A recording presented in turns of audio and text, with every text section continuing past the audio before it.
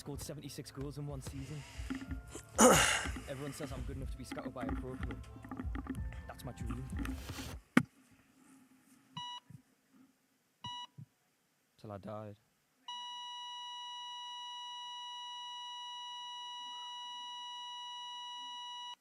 Sage can help HR champions spend more time bringing the team together. Sage, helping business flow.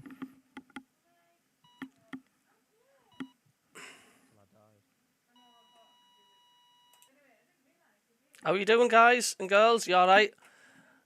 Cheers, Gordon, for the team news there. That's just getting pinned to the top. 12 votes so far. How will Sunderland do today? 75% say win, 0 lose, 25% say draw. I just want to put that defeat behind us against Plymouth. Still stings, that does. Early kickoff. Let's hope we can get 3 points today and we can celebrate and enjoy the rest of the Saturday. SGS says they'll be bang up for this if we're not at it straight away. It's going to be a long afternoon. I know. A nice one, says D Hall, says Gordon. Gordon Seymour, thanks D Hall. Meffam in and Ballard on bench. Must be still not fully over his knock. D Hall says, yes, I heard Ballard was fit to start, but it seems not. I fancy Rick to score a day, says Hall. Yes, Rick may be circling. Keith, hello mate. Let's get back to winning ways. Good day from Perth. Yeah, Kingfisher. Hi, Cabby. Help them out by smashing the like button. How are the lads? Thank you, Kingfisher. Feeling a 2-1 win today. That'd be nice, wouldn't it? This is like kind of another one of our bogey sides, though, isn't it? Kind of one of our bogey teams.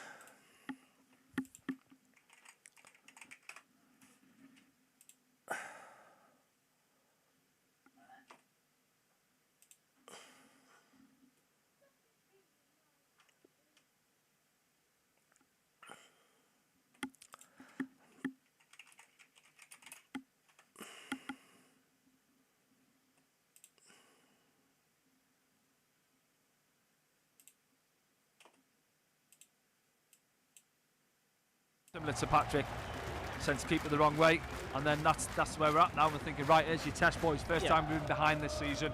How are we going to react from it? And to be fair to the boys, they did in a way, really. We tried to get Mayenda into it. He didn't have too many. Hello, Bang. You alright, mate? How you doing? Himself, I'm going for a point today. I think it'd be a decent point as well, as long as they didn't lose. A bit of a threat, really.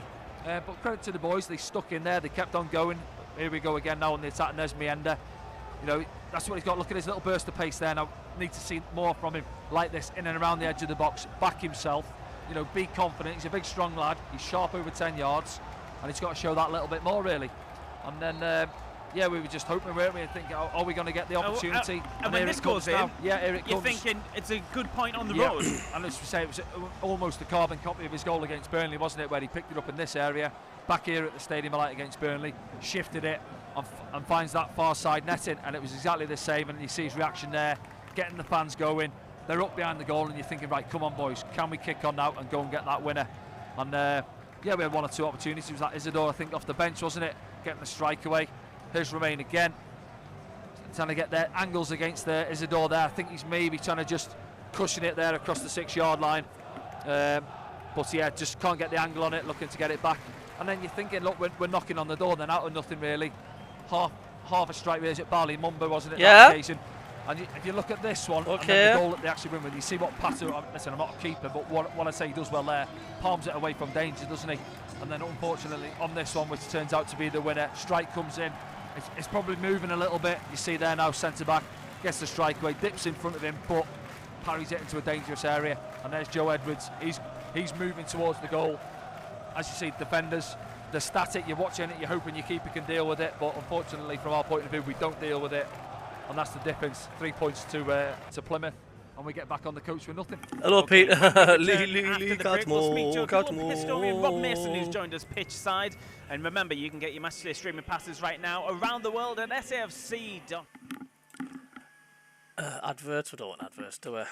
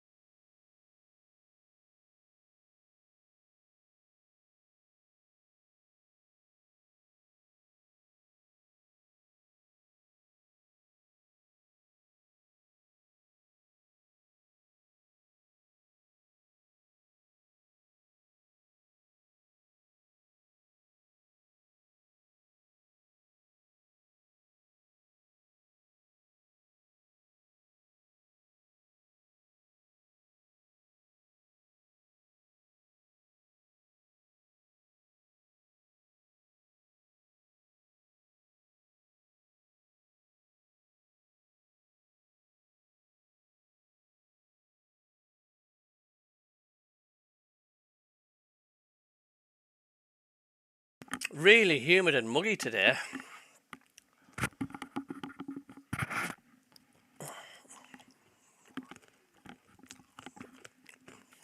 Yeah, you can hear me now. You should be able to hear us, no problem. I just had to mute the sound. Good team, Middlesborough. Tough match for Sunderland this afternoon, but I'm confident we're going to do well, Frankie. And you've got a couple of stats for today's game, one regarding a player and one regarding the opposition as well. Yeah, it's a day for bicentenaries. 200 is the important number. Luke Anayan today makes his 200th start in the league for Sunderland, and hopefully we'll score at least a couple of goals. And the second goal Sunderland should score this afternoon, if we do, will be the 200th time we've scored in the league against Middlesbrough in our entire history. And of course we've had lots of players who have played for both sides.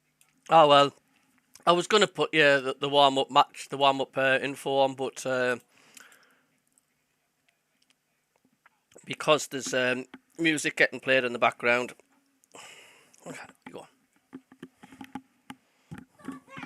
What, darling? Are you pet? You alright? Sorry.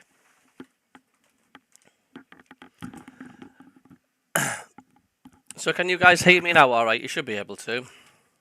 Background. Big test for Dan Neil today. If he can keep his mouth shut and play like the quality player we've seen him, he deserves to be captain. Yeah, that's just down to him being a bit immature, isn't it? He's got to try and keep that aggressiveness under control.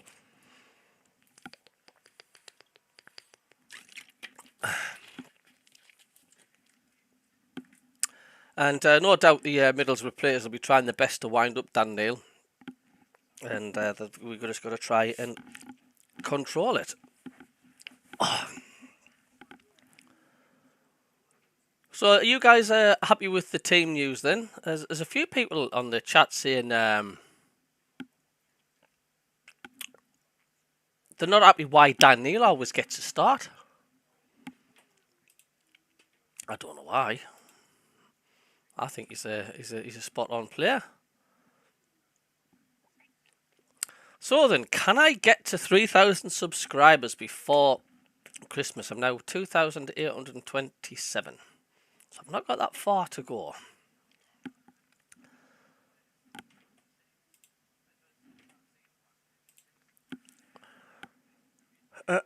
Yeah, true mate. He says, hope we keep our cool and frustrate them instead. They'll be treating like this their biggest game, so the intensity will be better. Always is. I was just showing you Chris Meffam there warming up. Yeah, it's going to be interesting.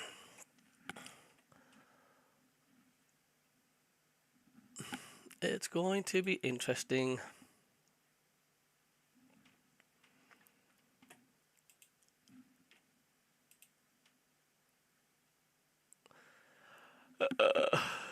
Yeah, he has to retain the ball, says Bong. He's passing his spot on, but he loses it a lot recently. I think there was a lot of shabbiness going on.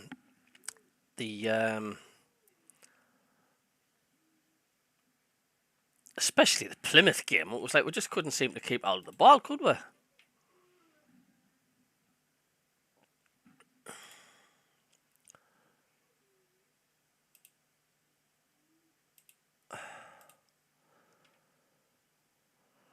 Oh, early start. Like I say, if we get a win today, it makes the whole Saturday feel good, doesn't it? You've even got longer to enjoy it and sit back and watch all the other teams go through their anxieties and stuff.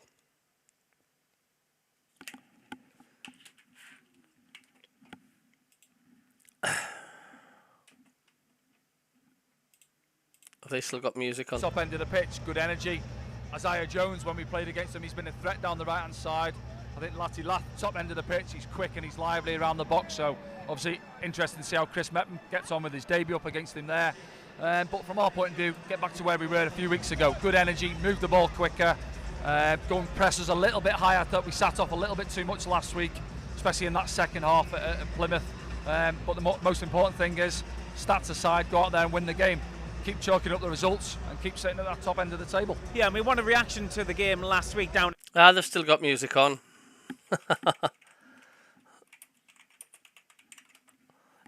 this, isn't it? Come on, Fuji, you can't sit there, darling. The stadium lights filling up. They've been told to get in and get into the seats early at the ground today because there's going to be a really decent display. Starling on a new contract too. Hope he's not unsettled. Yeah, I mean, the grass isn't always green on the other side, is it? As we've known with a few other players.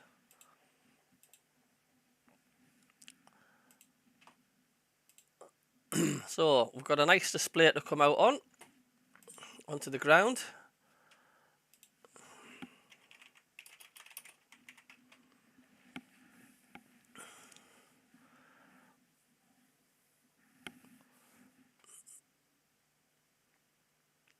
Nearly a full house at the stadium today, which is going to, hopefully it'll generate a quality atmosphere.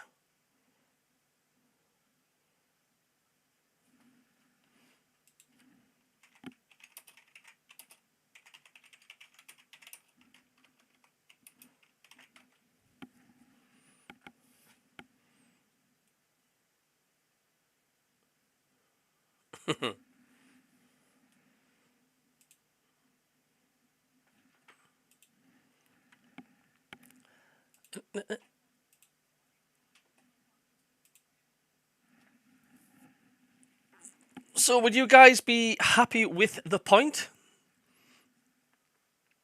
Like you say, I'll take a point. I'll definitely take a point. SJ, I'd like Meffem. I'd like to think Meffem can cope with this game. He's played plenty of times in the Championship, and at the end, he played quite a few in the Prem. We'll soon find out. It's not far to go, is it? It's not far to go.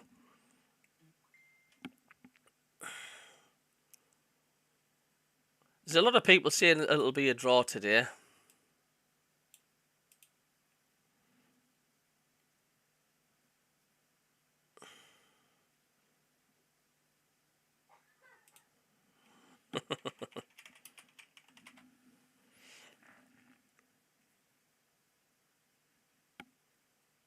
I think that, of course, you always want to win, don't you? Absolutely, do you want to win? Mike Cassip, hello mate, how's things? Have you got the lineup for the game? Yeah, it's on the pinned message, mate. If you go to the top and you'll see the pinned post, you'll see the lineup on there, mate.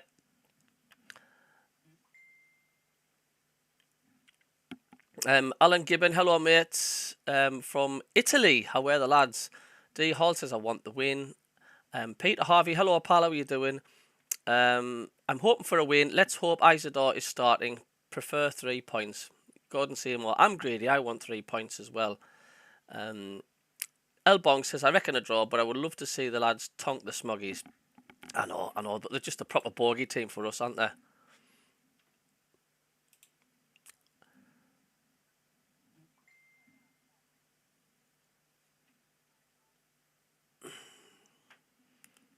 So I'll read the teams out anyway. We've got Patterson in goal. At the back, we've got Hume, O'Nien, Meffem, Sirkin. And a little bit further up in midfield is Dan Neil. Higher up in the midfield area, we've got Rigg, Job, Bellingham. On the wings, we've got Mundle and Roberts and Mayenda up on front.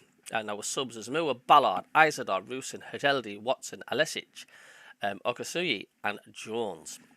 So that is the lineup. As you said there, one of your local rivals. The atmosphere will be good in here this afternoon. And he'll want to keep the clean sheets, obviously get in there and try and nail down a starting place. Yeah, we're expecting well over 40,000 here at the Stadium of Light this afternoon. You've played, sellouts here, Danny, in the past. It gives you that extra little bit, doesn't it? No, it does, yeah. I just remembered, actually, I seen in the programme, it was a game we played. I think we beat Middlesbrough 2-0 that day, and Lee Catmull was on the opposite team, and I knocked one past him on the far sideline. He come and smashed me, pick up a yellow card, and then I was playing with him a season or two later when he joined the club, so we had a bit of a laugh and a joke about that one. But as you say, that's what gets the fans going in here. You know, they enjoy a crunching challenge, you know, a Trey Hume special, whether it be 2 minutes or the 88th minute. going in, by all means winning the ball, but leaving a little bit on someone maybe as well, as much as a goal sometimes, and it picks the crowd up. The players sense that in there as well, and it gives them that little bit of a nudge to kick on and go on and try and win the game. Yeah, absolutely. And of course, Middlesbrough, they've kind of stuttered this season so far. Yeah. Michael Carrick, he likes to see his side playing football. Is that the kind of approach we'll see this afternoon from them? I think so, yeah. I mean, as you mentioned, I just had a quick chat with Grant there where he was putting out the markers, setting up the warm-up drills, and I sort of said about the way they're set up, how they're going to look to play. And he said, yeah, obviously they try and dominate the ball, and he touched on the fact that what we mentioned about ourselves, where we're only averaging around 43-44% possession this season. So we sort of said, we know what you're all about. Obviously, we'll try and dominate the ball and keeping an eye on you on the counter-attack. So, it's not daft. People are cottoning on to what we've done different this season a little bit.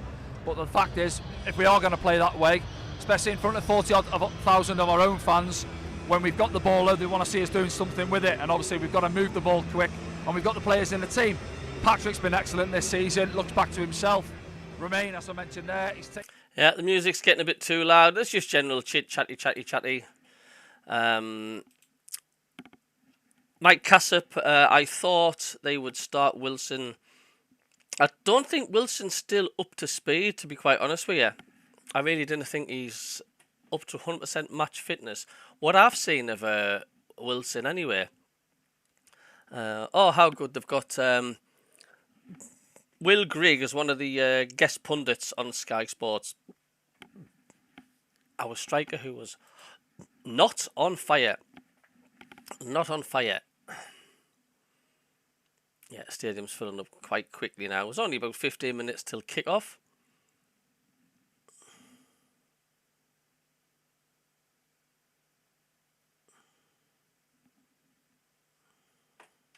Also, going to be a fan display in the stadium before kickoff. We'll show you all that here on SAFC Live. If you are watching around the world, don't forget to get your matchday streaming passes right now at safc.com. We'll be back very soon.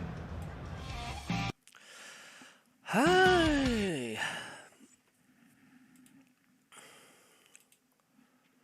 Billy Fly, hello mates. Gary Hoyle, hello Peter Harvey. Just hope the lads keep their heads, not sending off today, please. No, please, didn't want any of that. Hey Cabbie, 3 points. Why would you want anything else? Oh, absolutely, of course. Well, Greg is going to be unbiased. I'm not bothered what Greg thinks. He's not special, is he?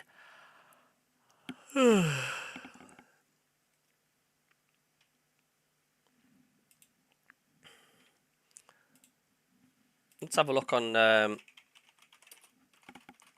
some social medias. See what some of the Sunderland fans are saying, especially for the lineups and that.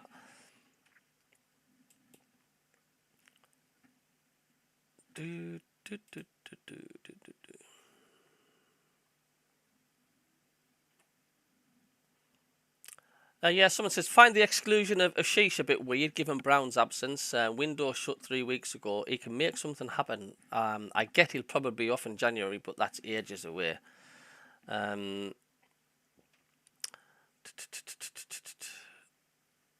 going to look at the reactions for the team news as well. Paul says, decent team, though thought Meffem might come in. Peter Maloney says, will give us a chance to see how Meffem performs. I hope he has an excellent game for us today. Helen Mason says, interesting, with an emoji. Wow, Ballard dropped, says Dave Hodgson. Can't believe Neil's always on the team sheet. The only contributions he makes are mistakes. And how the hell is he captain? Is that harsh from Malcolm? In reply to that, Alan says, Malcolm, get a grip, mate. Do you realise how important he is for us? And Graham says, totally agree. To Malcolm's post, he'll get sent off today. Dan Neil, red card. I mean, he's not going to get another red card, is he? I mean, he is not going to get another red card. Ken Walton, the member of the channel, how are you doing? How are you doing? We've got 50 people now starting to appear watching already.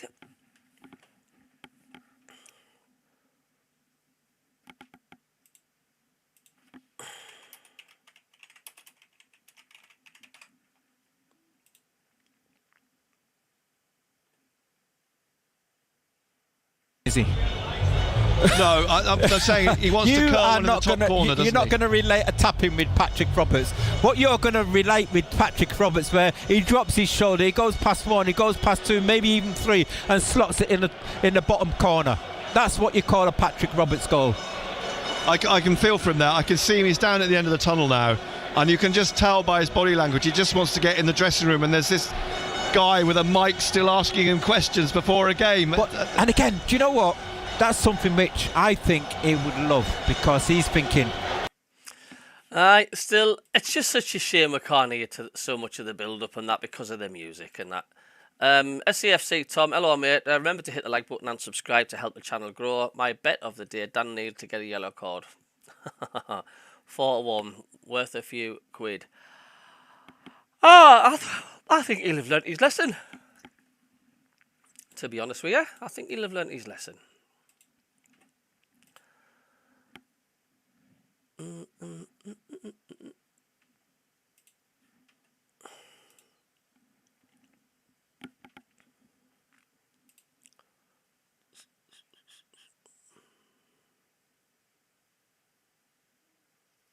Looks a cracking display to come out at the Stadium of Light for the players to see.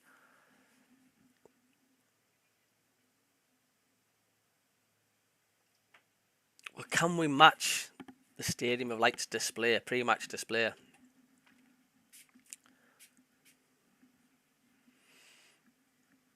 Let's hope Anthony Patterson has a decent game. You tell I'm tired, can't you? I've had such a busy week at work this week, and these early kickoffs. Wait, see early kickoffs. I mean, crikey. I suppose I've only got to get up and walk downstairs compared to some people who's got to travel quite a way. Colin Major, how you doing, mate? 1-1 today. I hope I'm wrong. I hope it's a win. I've gone with 1-1. I always want to win. But I would take 1-1 rather than a defeat, to be honest, quite honest with you. But it depends what our goal is this season. Our goals always hope for a win. And if you want promotion, then you cannot have too many draws. It's as simple as that. Peter Lesbiel, let's hope for a win. Marina Fish Keeper, Red and White Army. Don't forget, if you're new on this channel, if you can hit the subscribe button, click the like button. Thanks. Trying to get to 3,000 subscribers, which will make such a difference to me channel as well. Be much appreciated on that one. I know it's not hard. It's hard to get subscribers through the week because there's not much happens at the club. But I try my best to be creative and bring some videos. You're going 4-1 Sunderland. Yeah, I'll take that. No problem at all.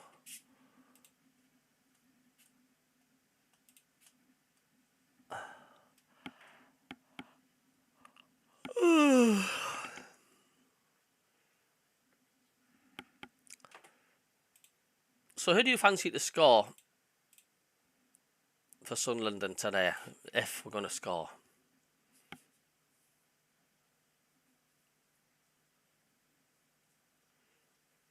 Lithian in one of the chats says I'd rather have Brown starting than Neil this week anyway, but he's out for about a week.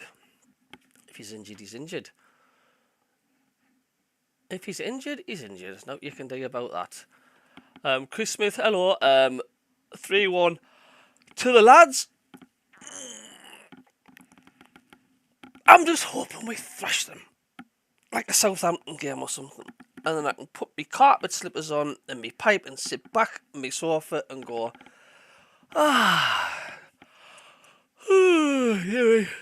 relax and watch the rest of the football. But it never is the same for Sun. It's never that easy, is it? We know for a fact it's not. Bong says Bellingham to score. CB, Rig and Mundell. D Hall says Rig to score. Paul Campbell, good afternoon, mate. My prediction: Sunderland 2, Borough 1, Rig and Mundell. Marine Fish Keeper says Mundell. Kingfisher says Mundell and Rig. The Stadium of Light is filling up quite nicely. I don't know what strip Middlesbrough will be playing. I presume it'll be the blue and white stripes. We've got 71 people in the chat already. Got a subscriber. Thank you very much indeed for the subscription there. Just been Sky Sports are just interviewing Patrick Roberts, and I think he's just eager to get into that dressing room. You can see he's like, I don't want to talk bollocks to Sky. He says, just get me in that dressing room. He seems to be pumped up here. I'm looking forward to this game. Gary Hoyle, 4-1, no chance. 2-0, Job and Rig to score. Oh, excuse me, Gordon. David Jackson, Rig double and Mundell to score. What does Delilah? It's Delilah, this, isn't it, the cat, because it's got a nice pretty bow on. Delilah says 3-0. Well, there we go. If Delilah says 3-0, then Delilah must be right.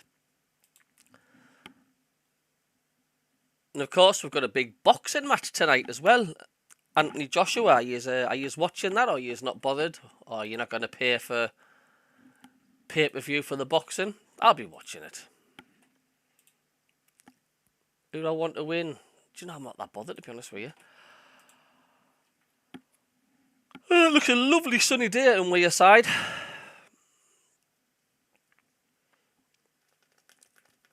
It's very, very muggy here. Peter Harvey, I would like automatic promotion. Sunderland AFC for this season. Yep.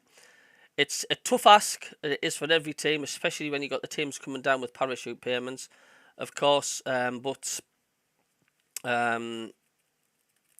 you've just got to win a massive amount of games in this league. It's getting harder and harder to get out. You cannot be drawing too many games. You cannot be losing too many games. And you've certainly got to be beating the teams in the bottom end of the table. Hello, Jill. How are you doing? You all right, pet? Don't forget to give him a lads and lasses. Give him a... I can't read that for that stupid heart emoji. Don't forget to give him a like, lads and lasses. You know he's good for it. I think that's what you mean. Cheers, Colin. D Hall watching Anthony Joshua later. Yep. At least it's not in Baghdad or somewhere and it's like stupid o'clock in the morning.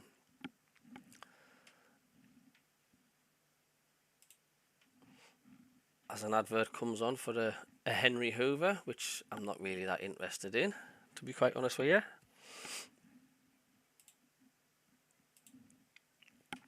But the leaves are starting to fall now here near Carlisle. Autumn is well and truly on the way.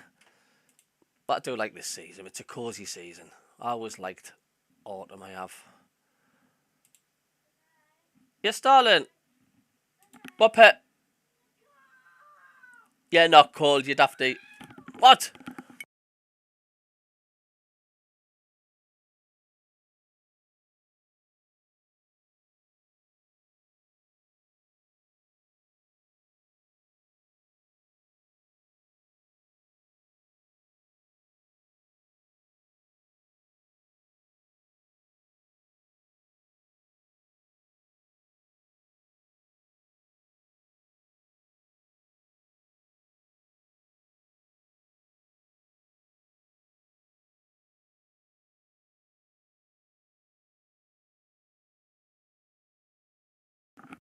That's my daughter Summer in the background, keeping me company.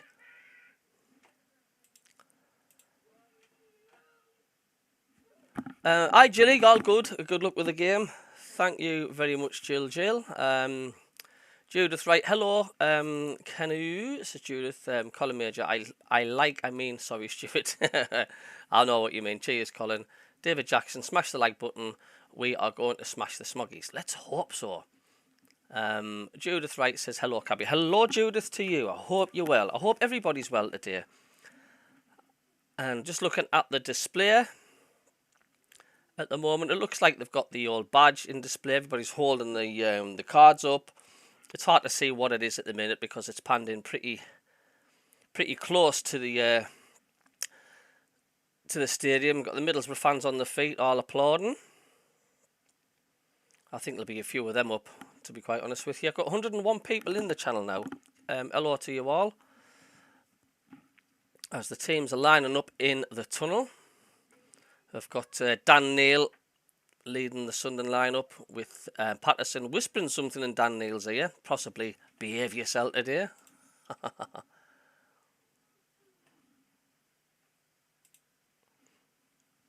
I just love the Sunderland train top of the top. And here comes the teams out at the minute. Well, we'll be having the commentary, don't get me wrong, but I've just got to wait until it's obviously available. The stadium looks fantastic. Here we go. We're going to get a look at the... they've got the old... in the Roker end, they've got the ship. The old ship with the sea underneath.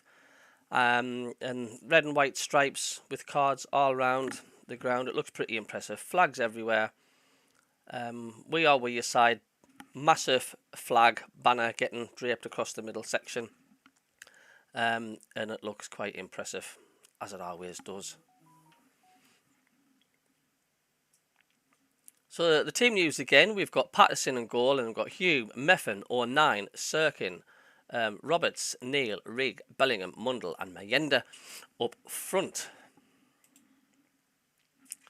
We're starting very, very soon. So that's the Sunderland side. I think it's just the one up front at the minute. Are they going to be playing cautiously? I don't know.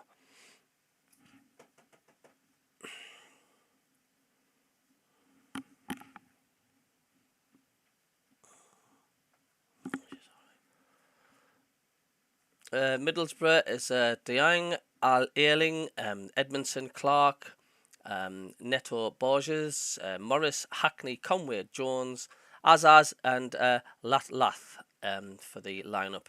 You know, what's happened to the good old-fashioned English names? These names so difficult to try and pronounce all these names and stuff at the moment, isn't it?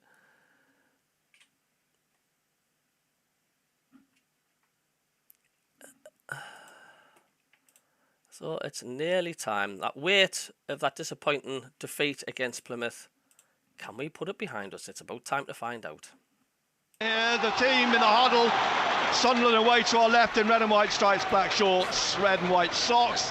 And Middlesbrough in their third kit this afternoon. It's a shirt which is a splash of various blues, basically, with black shorts and dark navy or black socks as well. So let me know if you guys huddle. Middlesbrough looks okay. like they're going to kick the game off. They're defending the Roker end in the first half. The referee in yellow is Simon Hooper, the 42-year-old from Swindon, who was in charge of, as Rob Mason mentioned this earlier on in the build-up, the playoff semi-final second leg at Luton 2 years ago, and also the playoff final against Wickham the season before. And Middlesbrough have indeed kicked off, as you can tell from the crowd booing Middlesbrough on the ball, who are just sitting on the ball in the middle of the Middlesbrough half. George Edmondson just tapping it to his right, and back it comes to Edmondson in the middle of the Middlesbrough half. And he again, Edmondson just stands with his foot on the ball, trying to draw Mayenda and Rigg towards him, but nobody's moving anywhere at the moment. Then finally Edmondson pushes the ball out to the right-hand side to Luke Ayling, and it's swept down and out for a throw to Sunderland on that far side. Well, an interesting tactic from Middlesbrough. Well, it's an interesting tactic because, again, you know, they're waiting to drag one of the Sunderland players in so they can play around them. As Regis Lebris mentioned this week, the central corridor of Middlesbrough. I think they will look to try and get the ball down the wings as a block on Mundle, and the ball comes back off that challenge into the hands of Anthony Patterson away to our left in green at the north end of the stadium in this opening couple of minutes of the game. He's passed it out to Luke O'Nien, who's bursting up to the halfway line. Sirkin's urging him to try and get the ball to him on the touchline, and he's got away down the left, but Edmondson cuts across him. But Sirkin's trying to make life difficult for George Edmondson, who's on loan from Ipswich, and he's got the ball off him in the corner, plays it into Jobe at the edge of the area, who's fouled, and it's a free kick halfway between the touchline and the penalty area on the left-hand side. That was persistence there from Dennis Sirkin. Great pressure by Dennis Sirkin. Mundle over the ball. 3rd minute. Roberts joins him. Good delivery. Quality. That's what you want. Simon Hooper just applying the spray. One man in the Middlesbrough defensive wall. That's Isaiah Jones. Get Dennis on it. Great Dennis group of players, in or around the 6-yard line.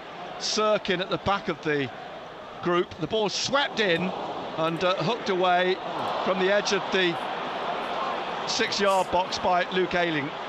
And they're on the break with Jones, Middlesbrough, halfway inside the Sunderland half. But a block, an interception on the cross, and Mundle now has the ball on the far side, and eventually Sirkin plays it back to Patterson.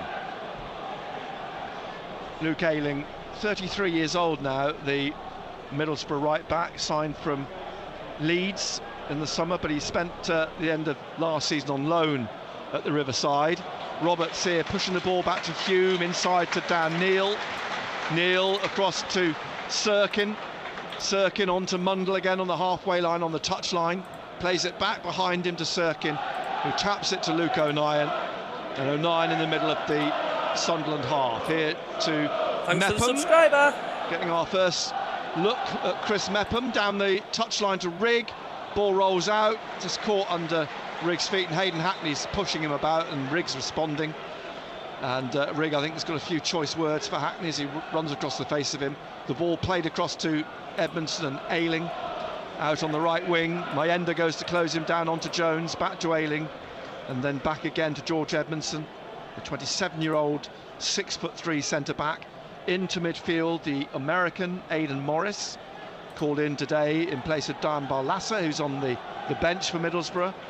Both coaches out at the edge of the technical areas. Michael Carrick, 43 years old now, just standing on the edge of his technical box with his right arm pushing and waving and trying to get some instructions out here now through the middle.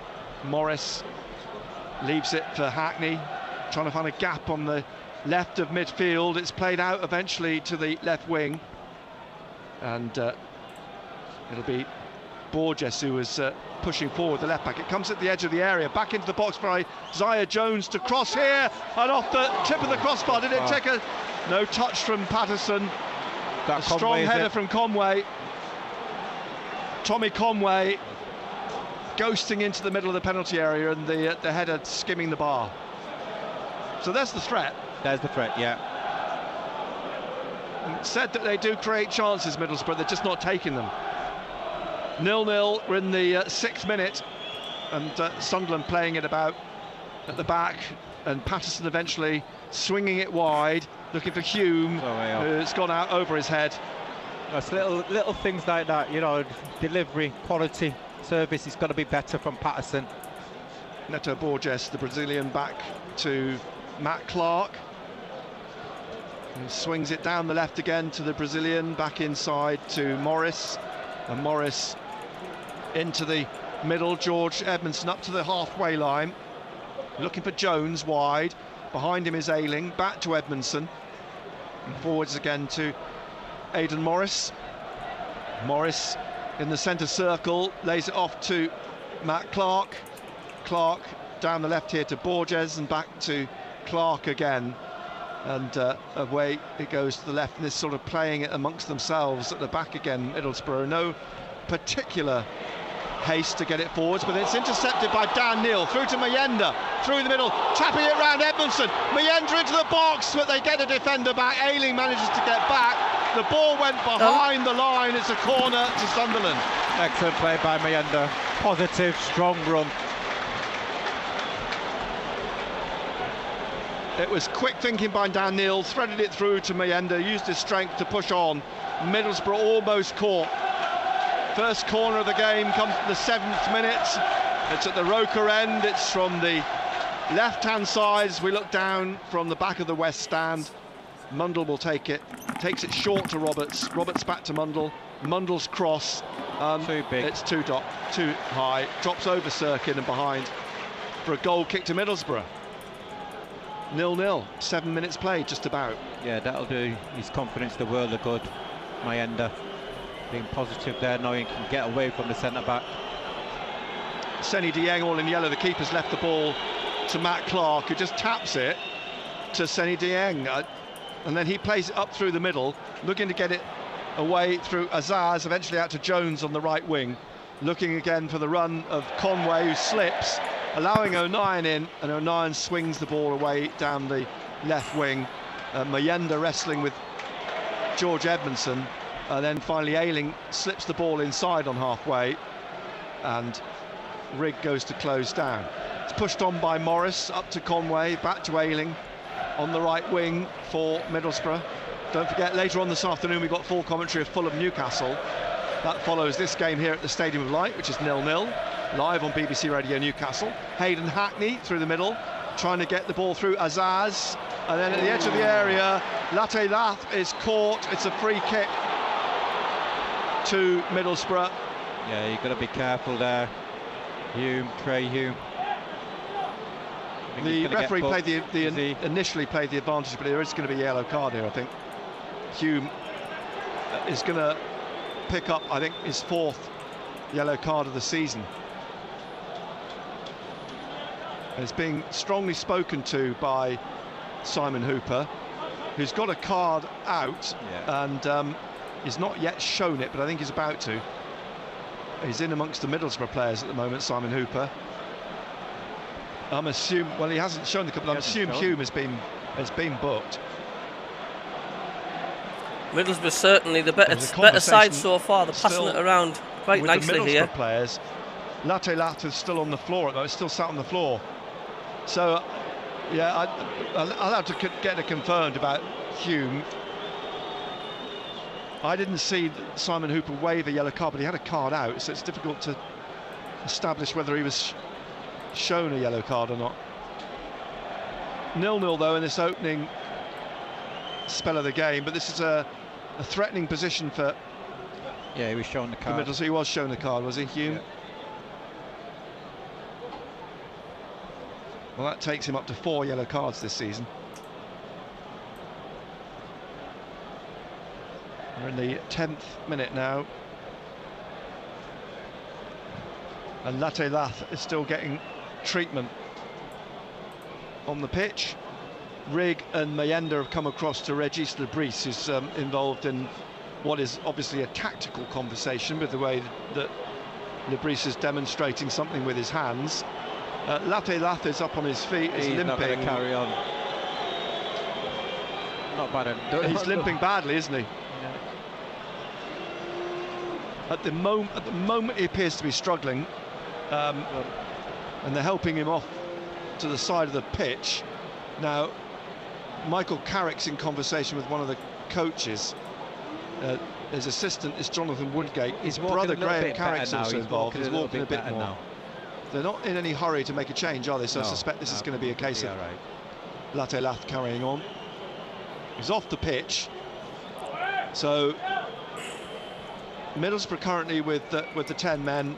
A free kick just outside the penalty area, left of midfield. Azaz and Hackney over the ball. Yeah, they're going to strike this. And Azaz tries to curl this in the top corner, but over behind for the goal kick.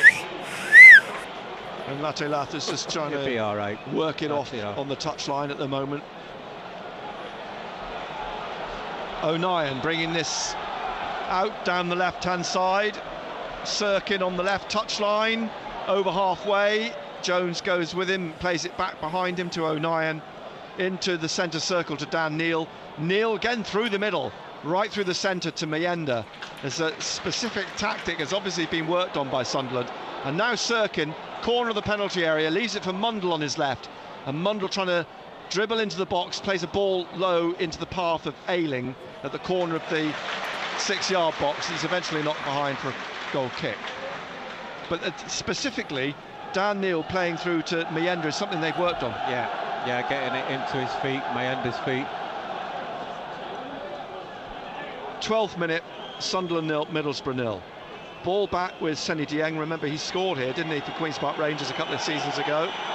Again, they put the ball down at the feet of Matt Clark. He taps it to Dieng, who plays it through the middle, straight into Trey Hume, who finds Luke O'Nien. Now Mundle on the left wing. Mundle taking on Ayling. Mundle just sizing up his options. Jobe down that left-hand side. Jobe coming back out with the ball and plays it into Luke O'Nien in central midfield. Through into the penalty area, looking for Jobe. Edmondson gets there first. The ball will go behind for a goal kick. Unlucky. Slightly unlucky. Yeah, unlucky. Just didn't quite break the way that Sunderland would have hoped. And now we're going to get this goal kick routine again when the ball finally Come on, the Mundles is rolls the RT. ball Welcome, to Paul, off. Dieng, All a whack 29-year-old, from 6'4" Middlesbrough. Senegalese, 5 caps. He gives the ball to Matt Clark, shaven-headed, the beard, drops it to the feet of Dieng again, who kicks up through the centre, looking for Latelat. Is back on the pitch, and it's headed on by Hume. Neil nodding it through, but it's intercepted into the path of Conway, and now trying to get it through here to Morris in the middle of the Sunderland half. He rolls it down the right-hand side to the corner of the penalty area, and it's played back again to Aidan Morris, and then out to the right to Ayling. The pack at Ayling Andrew, absolutely. onto his left foot, comes back out, plays it into Edmondson, to Hackney ahead of him, and behind him is Clark, and Matt Clark in midfield, in Sunderland's half, squares the ball to Morris, and down the wing to Ayling, closed down by Mundle, comes back to Aidan Morris, the American, then to Edmondson again, and Edmondson across to Clark, and Matt Clark, the centre-back, to Hackney. Hackney through the middle, looking for Latelat, back to Hackney, here again to Matt Clark, and then down the left, looking for Borges, and Borges back here to Hayden Hackney, who curls one into the penalty area, straight into the hands of Patterson. Offside anyway, flag is up, free kick to Sunderland. Good shape by Sunderland. That's where you've got to be. You've got to be disciplined, haven't you? Yes. Sirkin on the break here, over halfway. Mundle out on the touchline. Mundle, there goes the effects mic in all the drama. Plays it back to Luke O'Nien, and then back through Mepham and across to the right wing, eventually to Patrick Roberts. Roberts hasn't really got into the game yet. He'd like to see more of the ball, but he's on it now to Hume, and he wins a throw off the Brazilian Neto Borges. It's been predominantly down the left, isn't it? And through the centre rather than the right for Sunderland so far. We're in the 15th minute, Sunderland 0, Middlesbrough 0, live on BBC Radio Newcastle. Mepham back to Patterson at the edge of his D, and he will pass the ball to Luke O'Nien. O'Nien back across to Mepham. West Ham 0, Chelsea 1 in the lunchtime Premier League kickoff, or one of them, as Roberts down the right. Norwich 1, Watford 0. Sunderland's opponents Watford next week. He'll be live at Vicarage Road. Here's Mundle on the left. Nice ball played to him by Roberts. Mundle into the penalty area, trying to get it on his right. Shows too much of it to Morris after an interception by Ayling. Sirkin wins it back. Mundle trying to get the better of Morris, who's got the ball back again to Ayling. Ayling to Hackney, back out to Morris. Straight for Gary Bennett's Morris side. touches the ball off the back of Jobe into the path of Sirkin. Sirkin trying to work it through, but is blocked, and it comes back out to Jobe. And Jobe now trying to twist away, gets the ball to Mundle on the left, and Mundle looks up and is coming back out and back to Luke O'Nien. And O'Nien now down the left of midfield, plays it wide to Jobe, and Jobe will look up and will cross, drives the ball straight into the arms of Seny Dieng. 0-0 still in the 16th minute. The ball rolled out to Aidan Morris, 22 years old, the American, capped 7 times for the United States. He played twice actually for the United States in so the far, recent not much international break. chances for Sunderland. Matt Clark out to Middlesbrough Borges, just who closing can't the door control all it the on time. the touchline. And just a few yards down from Michael Carrick, Patrick Roberts takes the throw, gets the ball back, leaves it for Hume, down the right to Neil. Dan Neil looking for a gap, but he plays it straight to Matt Clark. Now to Morris. Dan Neil with his misplaced passes, man. And back to, well, eventually back to Conway, who's blocked by Mienda. And the referee allows play it's to not go pretty, on. He plays Kevin. the advantage. No negativity today, says Back Tony. with I can only Edmondson. report what I see. Cross to Clark. Matt Clark up to halfway. Gonna chip it forwards down the left over the head of Trey Hume. Out comes Patterson, and he has to clear in the advance of Latte Lath. Now Borges back in to Edmondson in the centre circle. To Ayling, forwards to Conway. Job tackles him.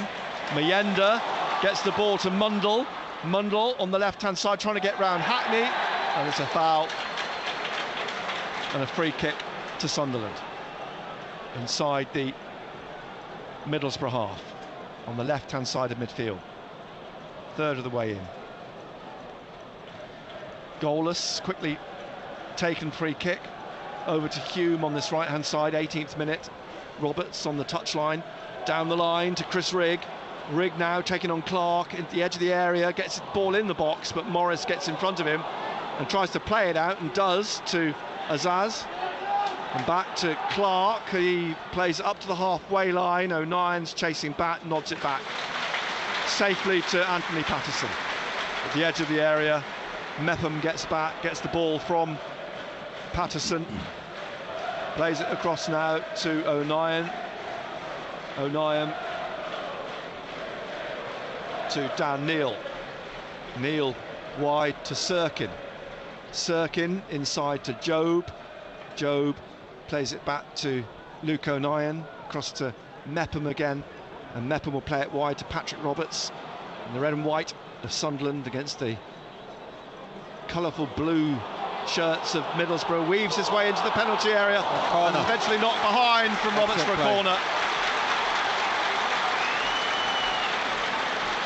Good play by Roberts. First time he's been really had a chance to have a run at the full-back. Right, he's had a go.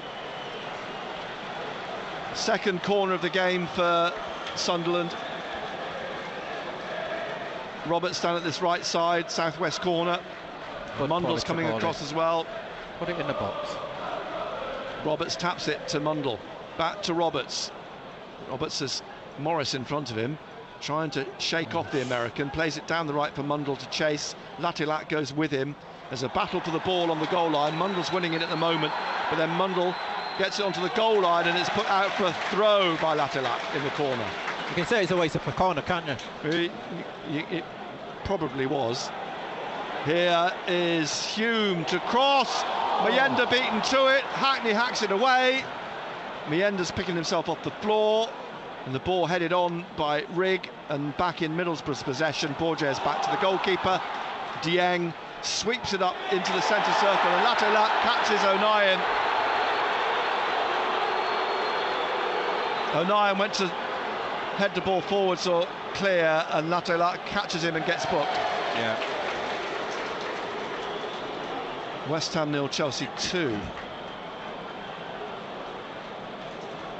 So 20 minutes in, 0-0.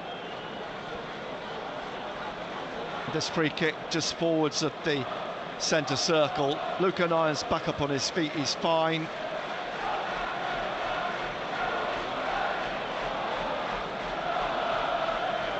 So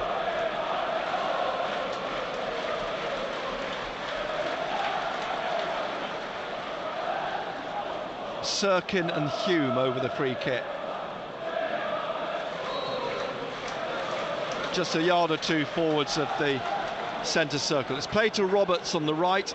He dinks one into the penalty area, but over everybody's heads and behind for a goal kick. Too straight. 0-0 still. We're approaching the halfway mark in the first half. Middlesbrough home to Stoke next weekend. Stoke who lost at home to Hull last night. Clark with the ball at his feet, taps it again to Dieng. Mayenda goes to close him back, down. just seeing Dieng gets the ball to me daughter. Clear up to halfway. Hume heads it on, headed back again towards him by Have Morris I missed Hackney. much anyone? Have I And missed Borges anything? back to Clark.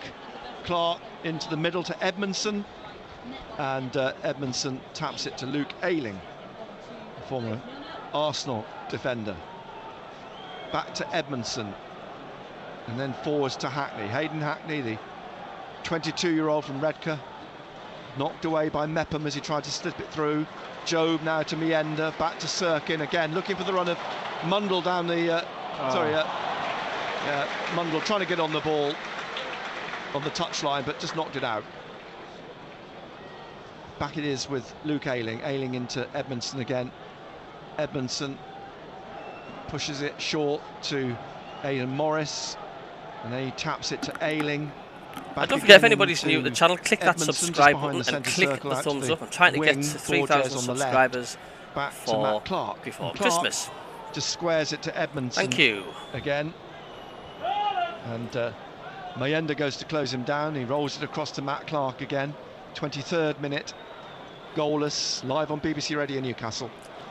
And Hackney forwards, short pass. This has got 0-0 written all over Morris this today, like, so far. In the centre circle, Hackney very quiet again stadium, to I like. Edmondson. Then they go wide. Ayling on the right wing. Mundle in front of him. Ayling looks for Isaiah Jones. And he plays it back to Ayling. Morris now the run of Conway down the right of the penalty area. Tommy Conway tries to pull it back. Joe blocks it, corner to Middlesbrough. Their first corner of the game this afternoon. Good covering there by Job. Finn Azaz, the Republic of Ireland international, is going to take the corner. A spare ball is kicked off the pitch. And so Azaz from the right at the north end of the stadium with this first Middlesbrough corner. They look to break from the penalty spot. Morris just ahead of them at the edge of the 6-yard box. And Azaz now coming in with his right, curls this in, and Clark, who's got 2 goals this season, heads over the crossbar. Free header though, Nick. It was. So it remains 0-0. 24th minute. Patterson. You heard the man. throws 24 the ball down to minutes Luke have O'Nien. gone in the first half. Very, very little to report, Corner really. of the 6-yard box. And O'Nien just passes it to Patterson, trying to Middlesbrough with the best chance, the header that hit the crossbar. to make a challenge, but he kicks apart long. from that, no else And, really. Mundle runs onto this. Mundle now through the middle. Roberts to his right. Patrick Roberts, the corner of the penalty area, into the penalty area, onto his left. Drags a shot. It could fall for Rigg. And Rigg scores! Get in! What a Get goal! in! Rigg! Get in! Roberts is scoring after Roberts tried Get to in! shoot himself. Middlesbrough got in a muddle, and Rigg Yes! capitalised at a narrow angle, rolled the ball home. Chris Rigg in the 25th Oh, minute. what a cheeky goal that was! You naughty boy! What impressed me was how quick feet he had there. to What backheel a that one lovely into the little goal that was! Fantastic adjustment. Great agility there by Chris Rigg. In fairness, Mayenda was there as well. Both of them sensed that there could have been a mistake by Middlesbrough. And getting bodies in the box is key. Chris Rigg scores for Sunderland to put Sunderland 1-up against Middlesbrough in excellent. the 25th minute. Here we go. Look at this. Don't know if you can see. You know, great play again by Roberts, but Chris Rigg, you know. Some other players would have tried to turn on that and put it in. Oh, But man, he's heck. just I don't know if you've seen that for sure. There, put it in, fantastic finish. So, And that's what we say. Chris the oil rig. For somebody who's 17. 17, incredible. You know, The maturity is beyond fantastic. beyond years. He's beyond his years, isn't he, Chris Rigg? Sunderland 1, Middlesbrough 0 in the 26th minute now. Chris Rigg with his first goal of the season, and he'll enjoy that. He'll enjoy watching that over and over again.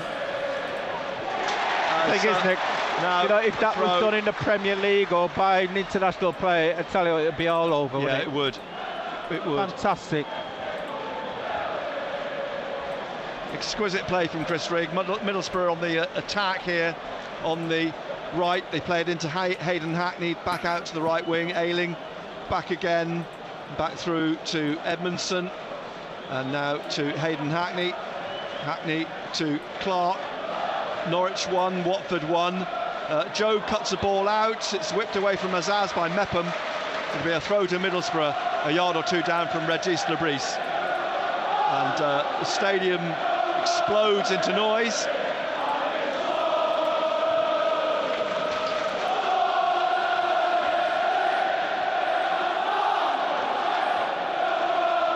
Doesn't that noise sound Here's classy? Edmondson in the centre circle to Ayling, to Jones, looking for Conway.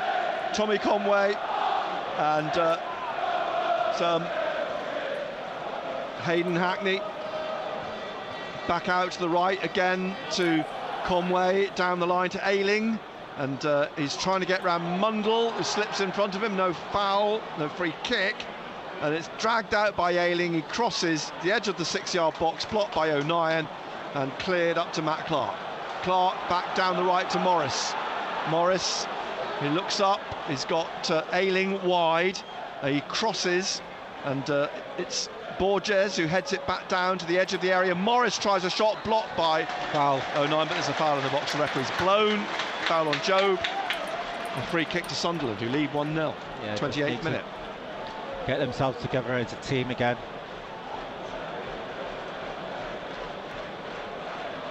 I mean, just going back to that goal, I mean, the cheek of it. That's you've got to say it was cheeky, wasn't it? It was. It was like a training ground finish. Yeah. Don't forget, click the subscribe button if you're new. Thank you. Can I get to 3,000 subscribers? He was there. He was in the right place, the right time. Thank you for the subscriber subscriber there. Thank you. Patterson's going to take the free kick. Everybody out towards the left wing. Floats down that left side. It's headed away by Ayling, Jones, Morris to Hackney. It ricochets off a couple of players, Rigg being one of them. Now Hackney trying to get Jones away on the right-hand side. O'Nien's getting back. Sirkin and Mepham are all back. The ball squared towards Azaz, but Hume clears. Out for a throw to Middlesbrough on the right-hand side. 20 yards or so from the corner on the right. The throw comes back to Morris. Morris that was class. To Hackney. Shorter pass to Matt Clark. Clark now will try and find Borges on the left of the penalty area. Into the penalty area, he drags the ball back to Chris Rigg, who finds Mayenda, who's tackled, and now it's with Azaz, or Borges, who gets it back to Hackney and back again onto halfway to Clark. Forwards to Hackney, and Hackney now trying to get it up towards the corner of the penalty area to Azaz. It's come out to Morris. Leaves it for Borges, who's back into Hackney, and Hackney will shoot. He drags his shot wide of the foot of the left post for a goal kick to Sunderland. Yeah, half an hour played. Yeah, it's important that Sunderland keep the shape of the team. Well, they've got their noses in front again in a game. It's about managing the game now. It is. Been in this situation before now. Last week comes to mind. Yeah, wasn't it? They were 1-0 up. About learning. We need to. We've talked about them getting the second goal at Plymouth last week. I think it's equally as valid that they need a second here against Middlesbrough. Roberts back to Hume, back again to Mepham, and now O'Nien, and O'Nien to Sirkin, and Sirkin has got Isaiah Jones in front of him, plays it back to O'Nien and across to Mepham here, and Mepham wide to Roberts in front of Regis Lebris. Back to Trey Hume, and Hume will drive this up to Matt Clark, who heads out, and a throw to Sunderland on the right-hand side, halfway inside the Middlesbrough half.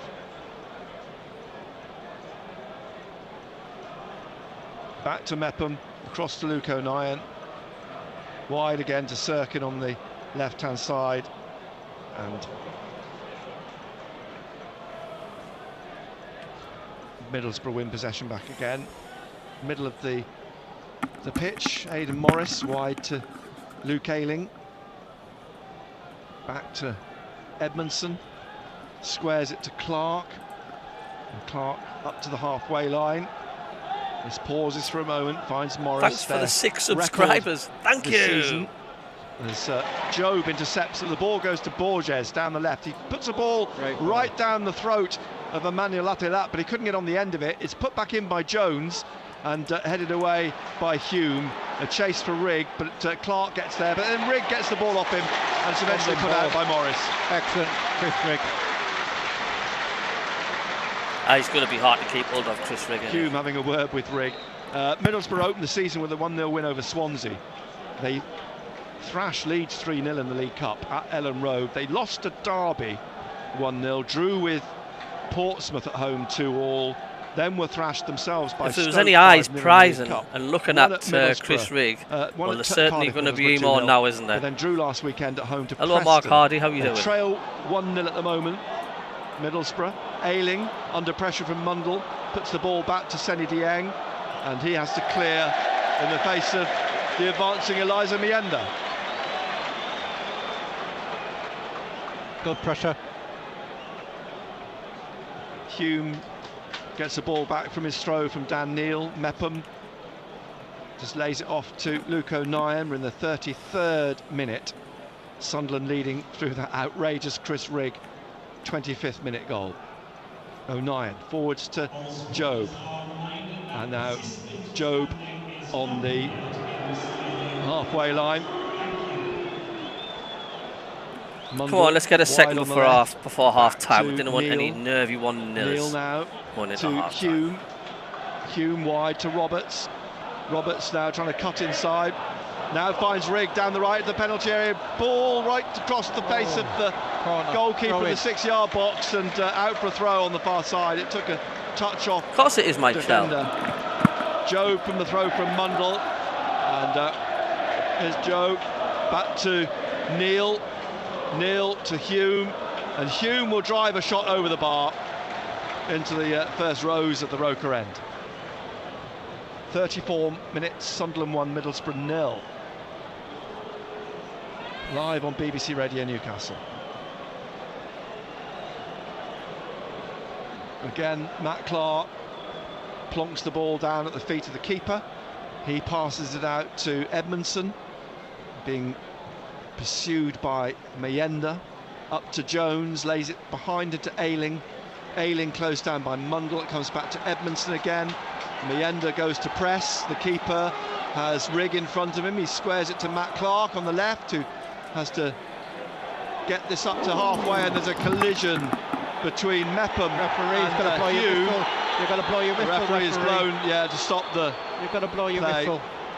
Collision of heads, man. Yeah, the two collided, Mepham and Hume, and now receiving treatment. Yeah.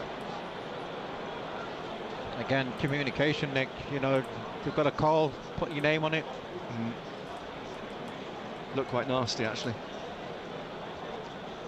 That was a good goal, Delilah. What do you think of that? At the moment, Mepham's crouched down, kneeling. I suspect both would be okay, but no doubt it was that both felt it. I meant to say before kick-off, but it was so loud that you couldn't really hear anything. But we're sending our best wishes to Andrew Bell in St Benedict's Hospice this afternoon. Hopefully he's listening. It's QPR 0, Millwall 1. So all the best to you, Andrew. Our thoughts with you. Best wishes. Indeed. Hume, being the character he is, he's up on his feet and walking with a bit of vigour towards the touchline with his hands on his head. Mepham still kneeling, getting some treatment. We haven't really mentioned Mepham, have we? No, really? not at all. You know, He's he's just tight, fitted though. in there. Yeah. He's, you know, slotted in well. You know, and again, you know, we talk about his experience, Welsh international. Now he's back up on his feet. I mean, the protocol, he's still on the pitch, but should he not be going off the pitch before he resumes? I'm not sure what's... You just make your own rules up as you go along, man. You clearly do. I mean, Hume strolls back on. Mepham has not left the field. He's not been told to leave by Simon Hooper. It's going to be a drop ball to Middlesbrough. And Hackney will just push the ball to Morris, and Morris now to Ayling, back through Edmondson to Clark, and then over the top looking for Borges. He managed to trust it down, but the offside flag is up. And I've just seen a replay of the collision. It wasn't pleasant. It was the two players were actually keeping their eye on the ball, I think, and then just ran into each other. Patterson's recovered the ball here, and there's one has the back to the other. Patterson comes out to take the free kick on the right of midfield. Everybody bar Mundle, who's on his own on the far side. and it's towards Mundle the ball is played. Intelligent from Patterson. Excellent That completely caught everybody out, and Mundle now trying to get past Ayling, and he's held him off and got through, but the ball played straight into the path of Edmondson, and he gets it out to Jones on the right hand side, and then the ball goes for a free kick for a foul on the Middlesbrough winger. 38th minute. Clark for Middlesbrough, slowly bringing this up towards the halfway line, inside to Edmondson, and then Ayling up to the halfway line for Middlesbrough, as I say, in their third kit this afternoon, which is sort of sea blue and navy blue splashes all over the shirt, with black shorts and navy blue socks, as the ball is swung over to the right wing. Isaiah Jones into Tommy Conway, and he slips the ball back in the penalty area, and Morris drives it straight at Patterson at the near post. They've not got it clear yet. Jones is trying to work it through, and eventually Sirkin just puts his left foot through it and sends it out for a throw on the far side. Bit of a mix-up there. There was a little bit of a circus going on, and they're going to have to defend again now. Sunderland. Hackney through to Azaz, to Morris on the right. Hello, Susan. Ayling's out wide, and Morris pulls it back here to Edmondson. Patterson's gloves at the minute, Morris like, he just again, can't seem to catch and the down ball the when there's a wing shot to played at him. Ayling, who just rolls it into Azaz, and the ball flicked up into the hands of Patterson. Yeah, just a little bit too easy down that right-hand side. They're trying to walk it into the pit, into the goal, aren't they? 39th minute. Sunderland 1, Middlesbrough 0. Patterson rolls the ball to Luke O'Nien, closed down by Tommy Conway, who fouls O'Nien as he was trying to play the ball out. Conway comes back to help O'Nien up to his feet. I'm not sure what he's having to say to him, but he's dropped the ball at Luke's feet, and he's tapped it to Dan Neal, to Job, back to Luke O'Nien, and across to Patterson here. And Patterson, right side of his penalty area, We do need that second this goal. down and out for a throw to Middlesbrough. 5 minutes or so till half time. We'll have a couple of minutes, I think, at the end of the first half. Clark with a throw back to the goalkeeper. Mienda is just trying to apply a little pressure around the penalty area. Very, very quiet at the stadium. Sunderland half. Sirkin sweeps it away from the Zaz, out for a throw to Middlesbrough on the right. Michael Carrick standing, his hands fans in are his starting pockets, to leave the for edge the of his half-time Bovrils technical now. area. Regis de Bries, as always, his arms folded as he watches on, watching his team, who lead through a Chris Rigg outrageous back heel in the 25th minute, and the ball given away by Clark to Roberts. Roberts now head down, trying to cut inside. He's going to go round. He tried to go round Hackney, who's tackled him. Hackney gets the ball to Azaz, who rolls it now to Conway, looking for Jones. Jones down the right. He's got Latte in the middle, and Conway's made a run into the box, but Jones has tried to chip it over corner Patterson, and it's gone to the roof of the net, and as you say, a corner to Middlesbrough. Roberts is not having the best of games. He's trying to Roberts run at the losing the ball defence, there. and he's just getting picked off. He's just Allowing getting the ball Middlesbrough took off to him too easy. It's counter-attack. Patrick Roberts. Azaz will take the corner on the left at the north end, below the Middlesbrough fans and the upper tier. Concentration here, Nick, because the last time. Well, just before half-time, 5 minutes just under. Yeah, the free header. Yeah. And Oh, Matt we need Clark that second will be up goal, there Tony. again. Look, he's on the penalty spot thereabouts with Jones. Not going to make it easy, as well. Middlesbrough. Azaz with the corner, and it's headed out, and it'll come all the way back up almost the halfway line. Hackney recovers the ball for Middlesbrough, plays it out wide to Azaz, and Azaz now plays it back to Hackney, and Hackney across to Ayling. Right side of midfield, Queen's Park Rangers 1, Millwall 1. Here's Hackney again down the left It is of at the minute, midfield. yeah. Tried to get it to Azaz, who's tackled. The ball comes back to the touchline, just in front of Regis de Bries. And Hayden Hackney rolls it into the centre to Aidan Morris. Back to Hayden Hackney. And then back to Clark. A very on halfway. nervy sound Edmondson to the stadium light at the plays minute. it wide to Jones. Back inside to Ayling. Mundle's in front of him. He rolls it down to Conway on the right. who's trying Hello, to get to Leonardo. the goal line and cross, but straight to Patterson. He falls on it gratefully in the 6-yard box, saved by the Sunderland keeper, or certainly blocked. Sunderland Second lead before 1-0. half-time. Get a second just before half-time. 42 minutes played. Patterson just letting O'Nien and Mepham jog out into midfield.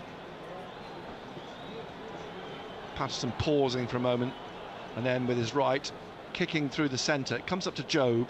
Jobe nods it down to Mundle, who's knocked it back inside to Jobe again. Nice ball out to Mundle on the left of the penalty area. Mundle now looking for an option here on his right, straight at the keeper at the near post.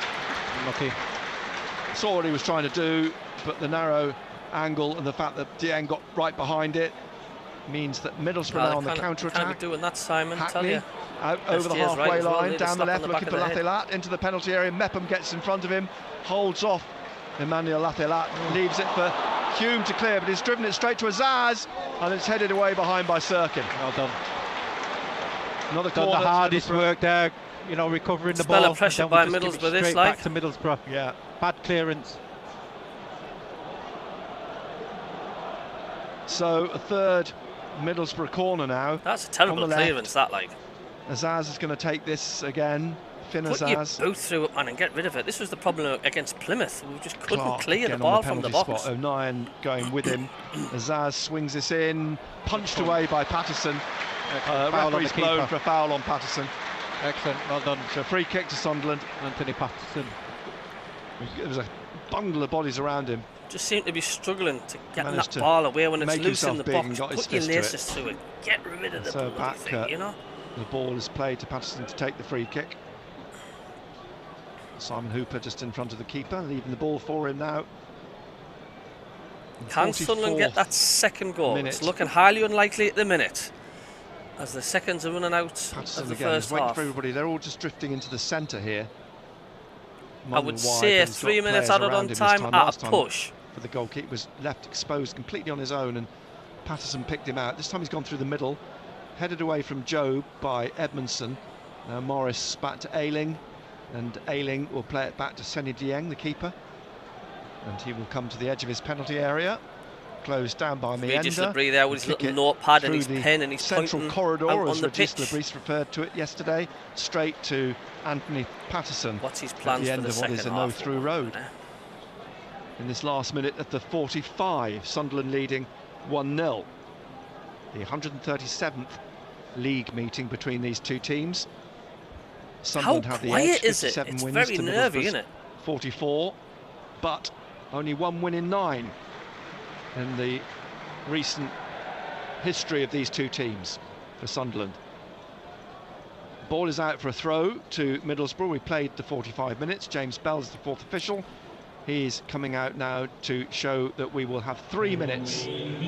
Just what I said. 3 minutes added time. A minimum of 3 minutes added time.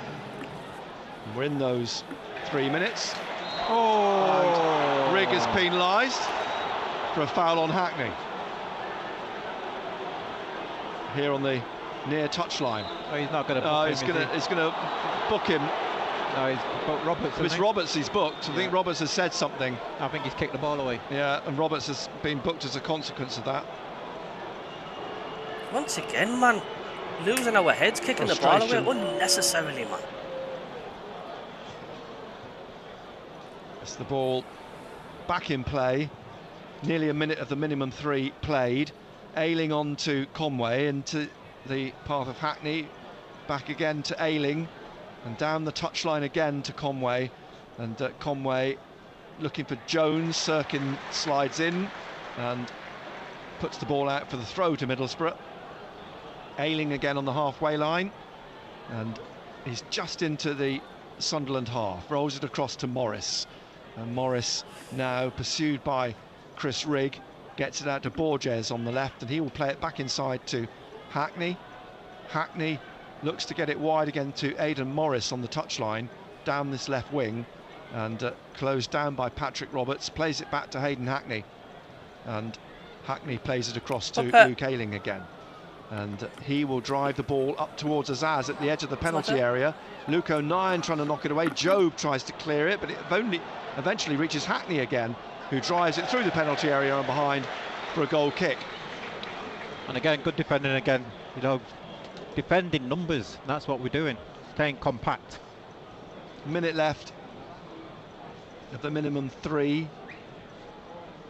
As Patterson places the ball towards the left of the 6-yard line.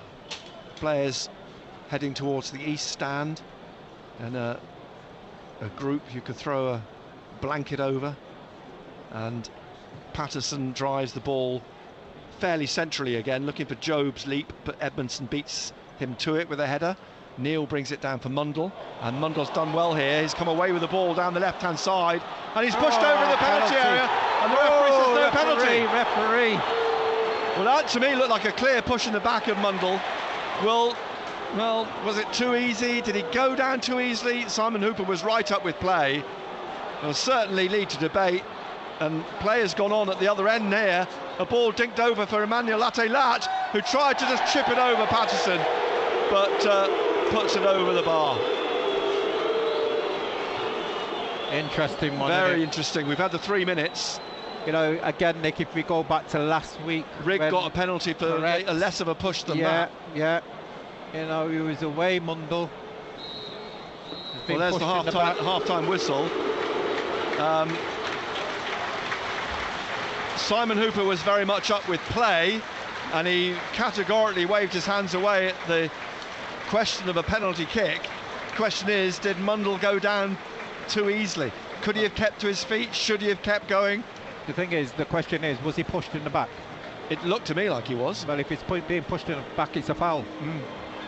Would be anyone else on the pitch. It's not a case of keeping on his feet.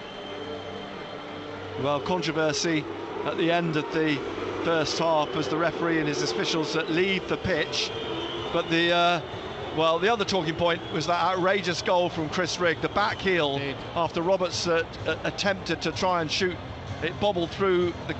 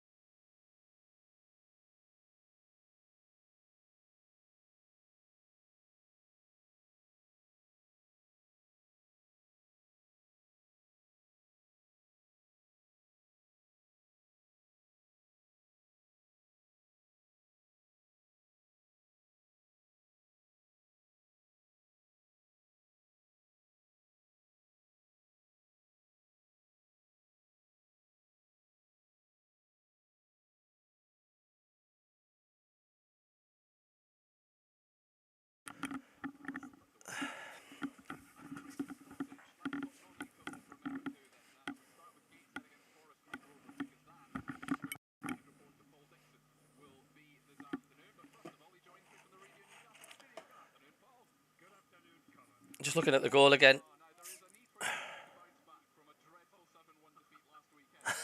That was just brilliant. Even the Middlesbrough defenders turning around and saying, "What the hell?"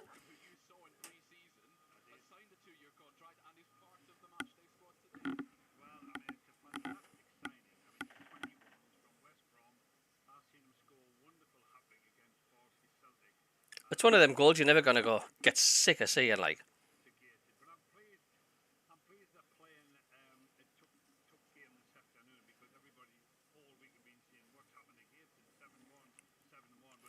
So should we have had a penalty? I mean, I'm just looking at this now. It was right in front of the referee.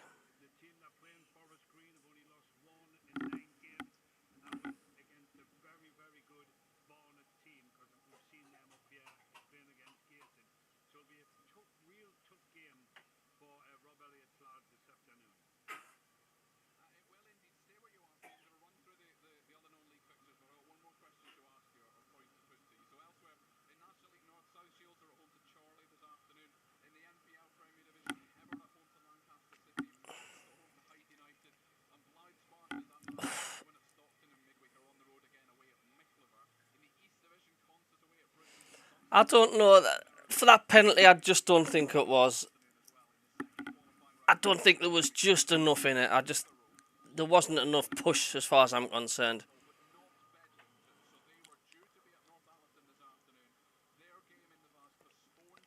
Yeah, I know, SAFC, Tom. So sad news for Stephen Lynch, age 44.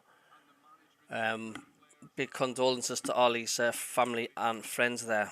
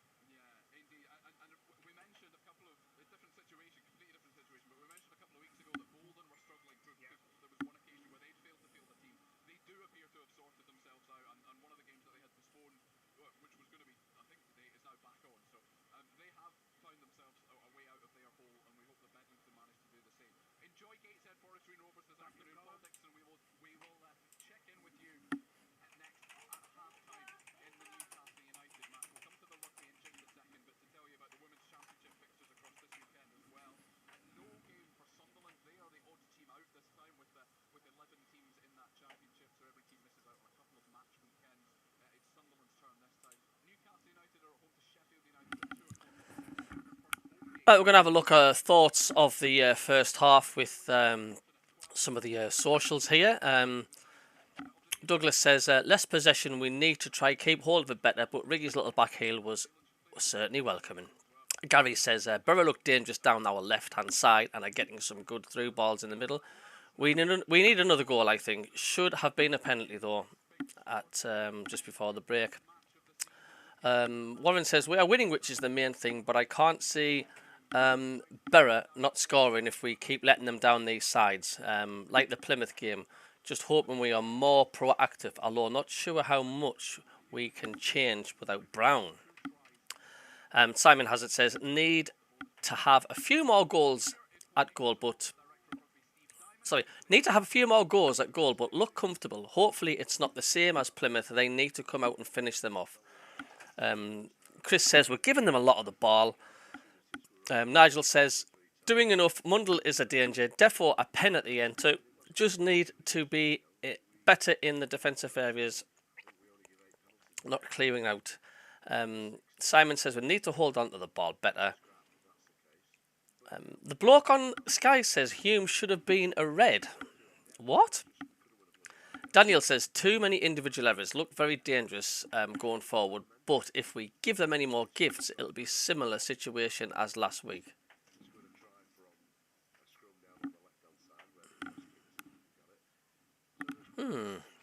Should be 2-0 up with a penalty. So a lot of people gone on about the penalty and stuff, but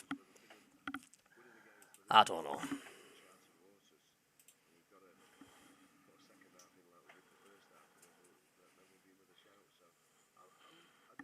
There just seems to be so much pressure on the refs when it's a penalty, like. But I mean, I know what you're saying. If we'd have did that to one of their players in the middle of the pitch, there would have been a free kick, wouldn't it? But to me, there just wasn't. If there was a bit more intensity of the push, I think that would have swung the decision for a penalty. But to me, I don't know. I would say it's 50-50. I can see why it wasn't given a penalty, but I could also see why some fans are saying it should have been. To me, there just wasn't a smidgen, just wasn't enough of a push to warrant a penalty. But it's a scoreline that matters, and so far it's 1-0 with the oil rig the scorer.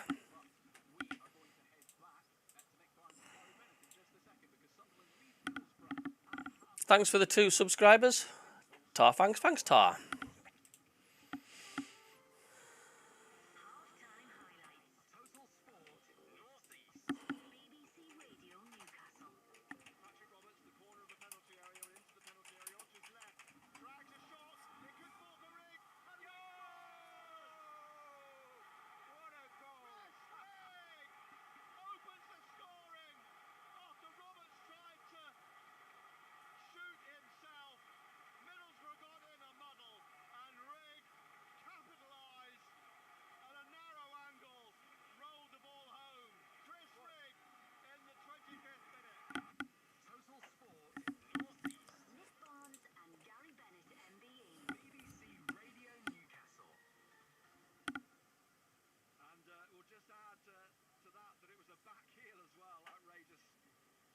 Yeah, back heel from Chris Riggs, 17, and it was on his wrong foot apparently, you know.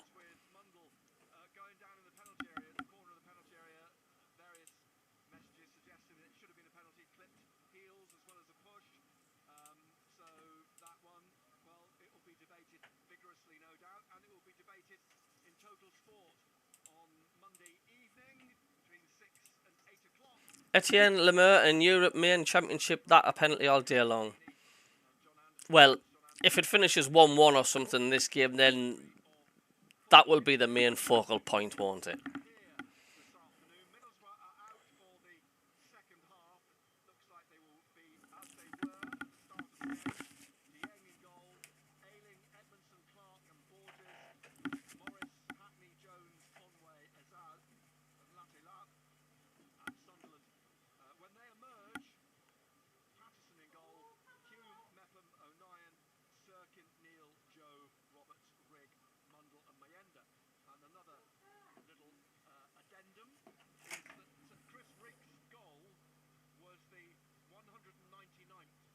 Sunderland goal scored against Middlesbrough. Cheeky 199.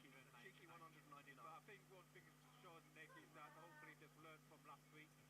I would imagine that Middlesbrough come out this second half, they'll increase the tempo of the game, the intensity of the game, they'll get a little bit closer to Sunderland, and we've got to make sure that we are prepared for it. At the point now, they have got in the Sunderland penalty area 3 or 4 occasions. Conway and Eder just off the bar, a couple of other half attempts as well. They are a threat. There's no question. As you say, I think Sunderland they need that second goal for a bit of. They need that second goal, and I think that's one thing the Greece will be, shall we say, telling the players there that we need to make sure that we defend well, we concentrate all the time, but we do need that. What are your thoughts? Being a little flat since the goal. I was trying to get a minute applause for 48 minutes for Stephen Lynch. Absolutely, so it should be as well. It's been okay the first half, B, but not convincing. You push someone else on the field, the ref's right there with a free kick. Done in the penalty area, nothing. If Hume did that, it'd be a pen, says Michael. Simon also says, 2 right, says Suman. Susan says, in slow motion, it looked defo a pen. Well, there we go.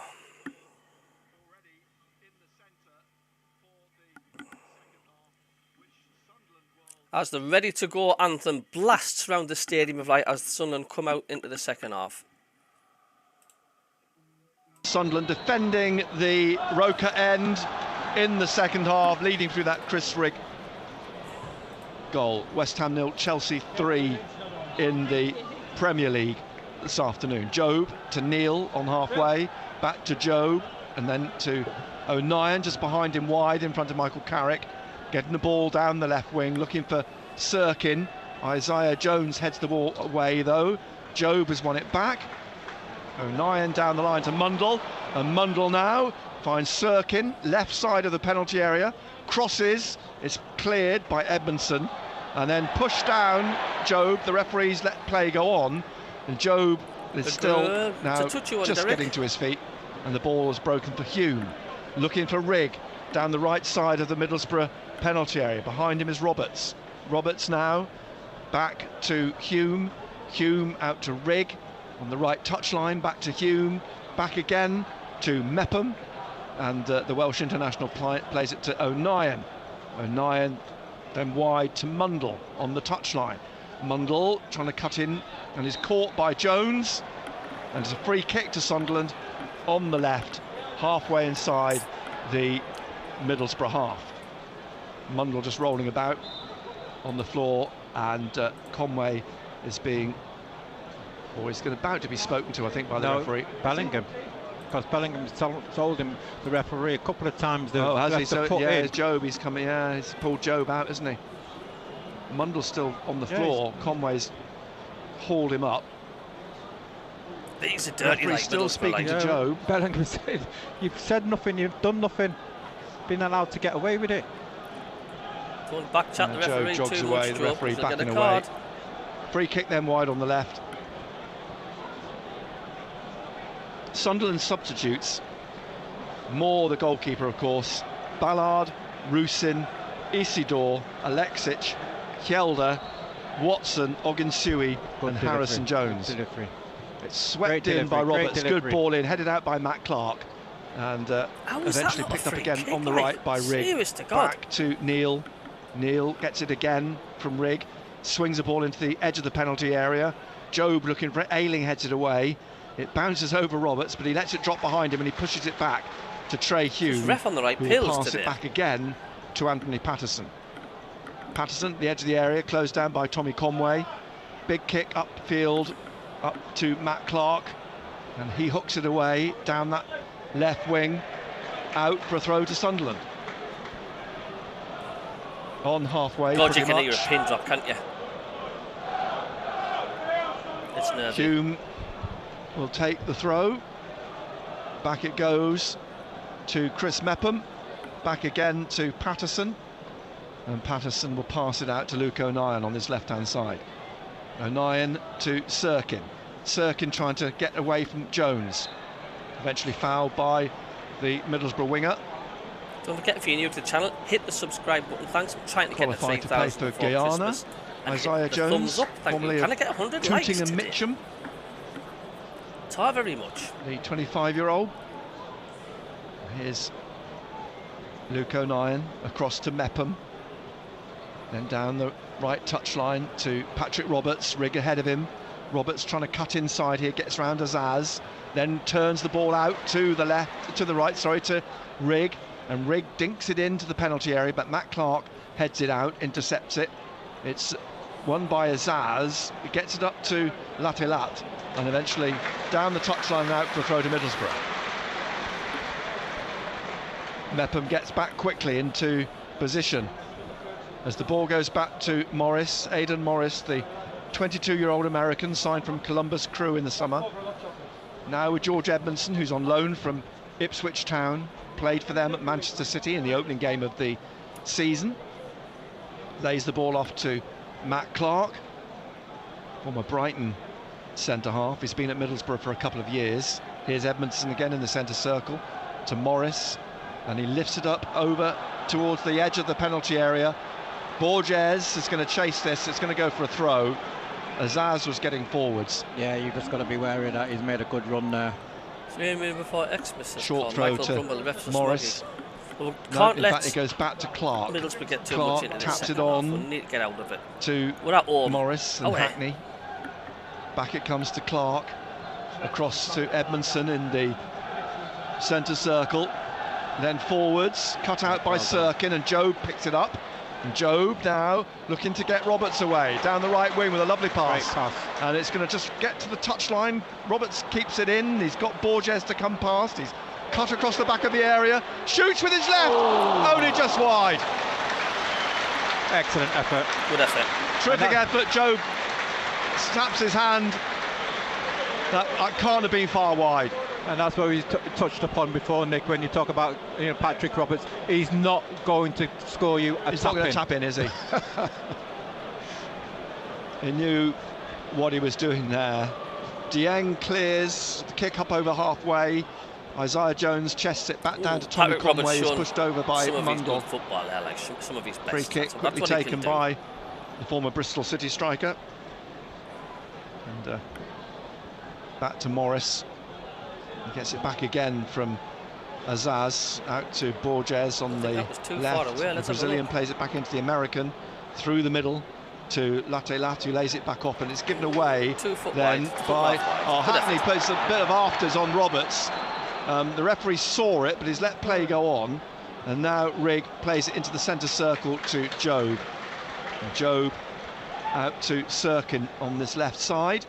Back to Job on the halfway line, and Job now trying to work it out left Yeah, again that to quietness Mundle. is anxiety, Mundle Michael, I think. taking on Jones down this left wing, taking him on, sweeping a great cross into the penalty area, but it's cleared by Clark. And now Neil short to Job, tries to get away from Morris, rolls it to Hume. Hume wide to Roberts. Roberts now, Borges is in front of him, and Roberts will try and twist away from him, but it breaks off Borges for Hume. And Hume now leaves it for Mepham on the halfway line in the centre circle, plays it square to Luke O'Nien. O'Nien bringing this forwards on the left-hand side. Just showed a little bit too much of it to Hackney, and he will lift it over the top, looking for the run of Emmanuel Latilat, but it's back to Anthony Patterson. In the 53rd minute, Sunderland still lead 1-0. Live on BBC Radio Newcastle, double bill following us, Fulham versus Newcastle. As Jones tries to win it back. Job tries to win it back from Ayling. Breaks again for Jones. Jones on the right for Middlesbrough. Leaves it for Ayling. Inside then to Morris, who taps it back to Clark. And Clark at the back of the centre circle slowly brings it forwards, then rolls it out to Borges on the left wing. Azaz wants it played inside. Borges checks, and now will cut into the centre and play it back behind into Aidan Morris. Forwards again, down that left-hand side as Middlesbrough try and work through and try and find an opening. Come back into the middle, Edmondson. Ayling's with him, but he's gone out to Jones on the right. Sirkin intercepts, it comes back to Ayling again. Forwards to Hackney. O'Nien hooks this away, up in the air, and it's headed on by Mundle, away from Ayling. Picked up though by Hackney, who plays it back to Senny Dieng, who's in the middle of the Middlesbrough half in his bright yellow goalkeeping kit. Middlesbrough in their third kit. It's a mishmash of blues, if you like, as it comes through the centre. Lat can't get round the back of Mepham, and across comes O'Nien and smashes the ball out for a throw.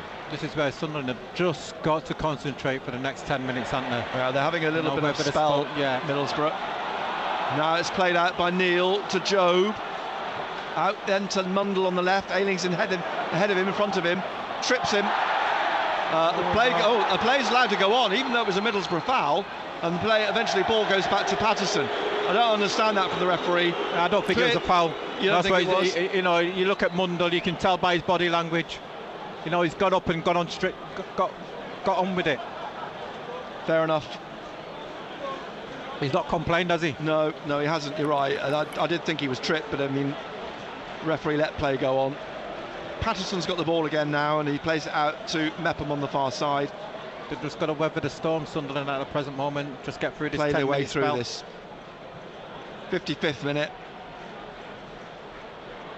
It's with Patterson, drives it up to the halfway line, but it's headed on by Matt Clark. A loose ball. Morris thinks he was fouled, the referee doesn't.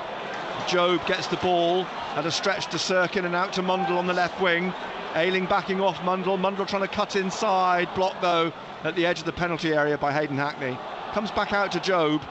And Job inside, then to O'Nien, into the middle to Dan Neil. Rolls it back to Trey Hume. Hume out wide to Roberts. Roberts back to Hume.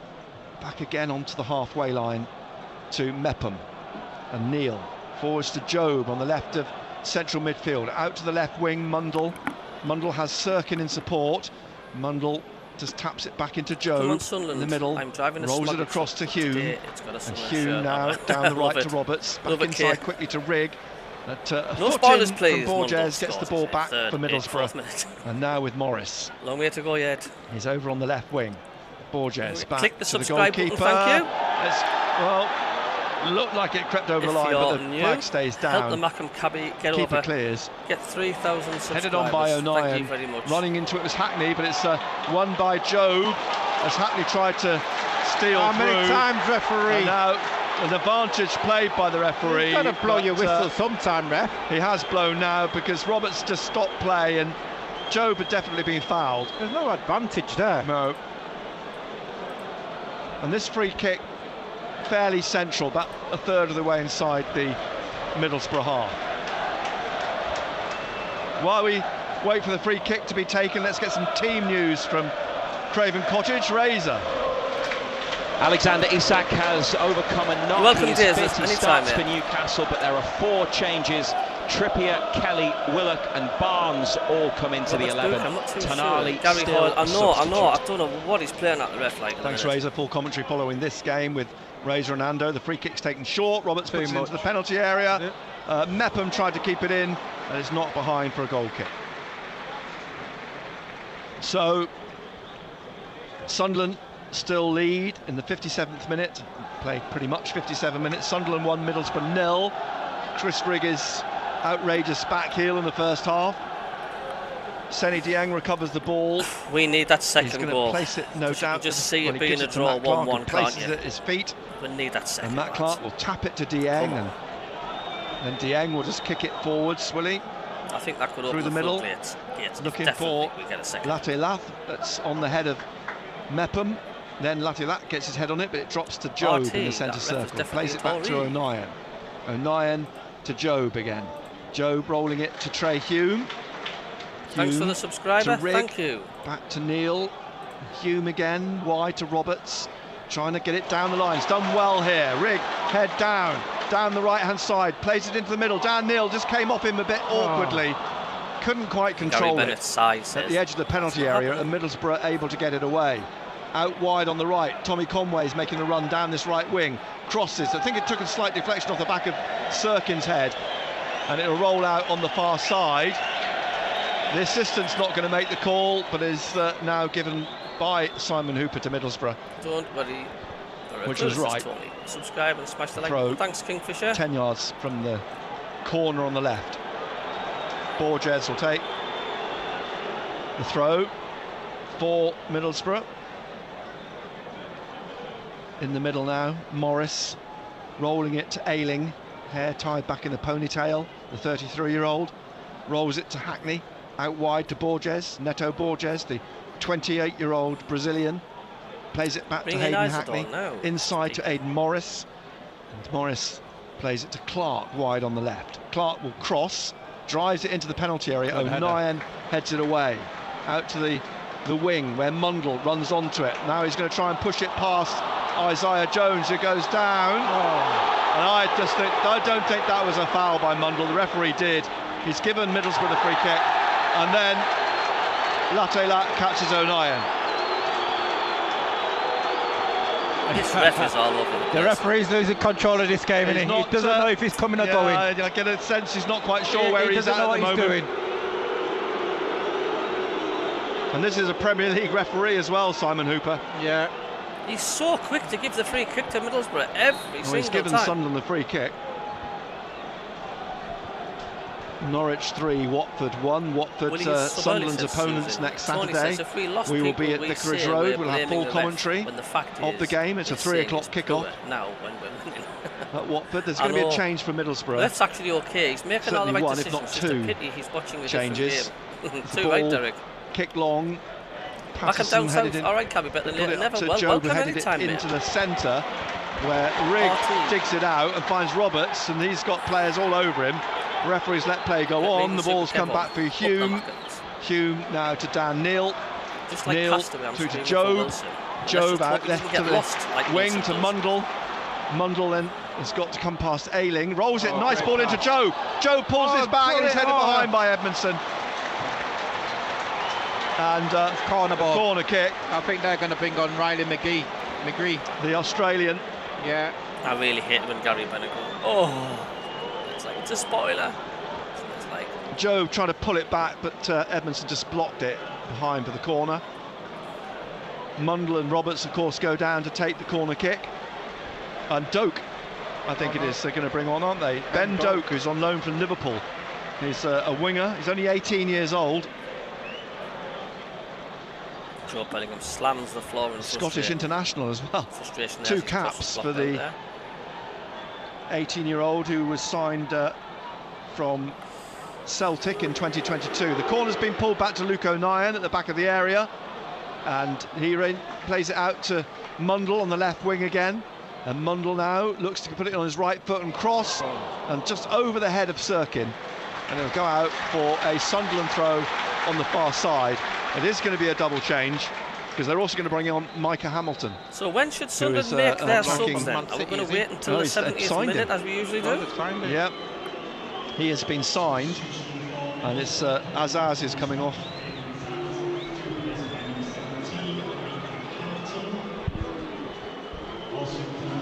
So they're going for 2 wingers. Yeah.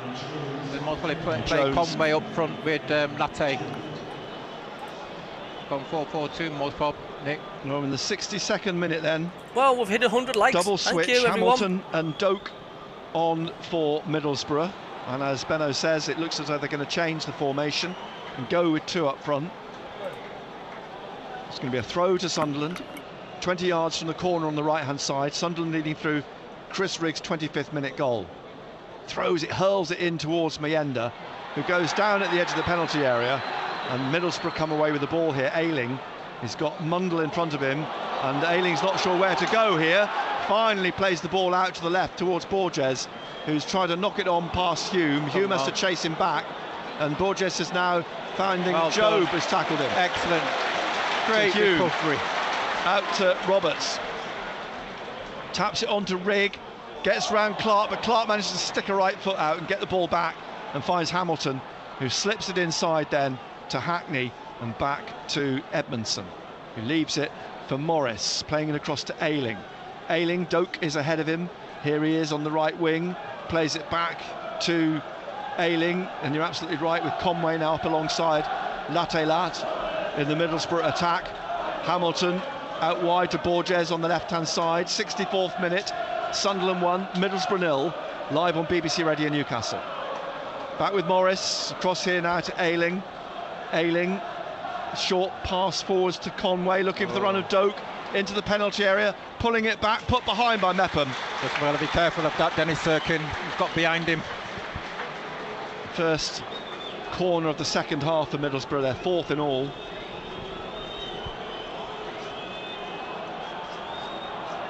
Concentration here. Ben Doak is going to take the corner kick.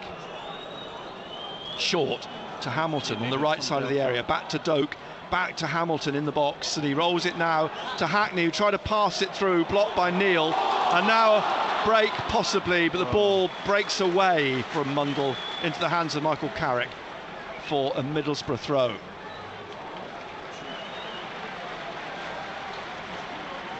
As Mayenda intercepts the ball, played back forwards towards Conway, and then Conway, well done, fouls Mundle, pushes him in the back.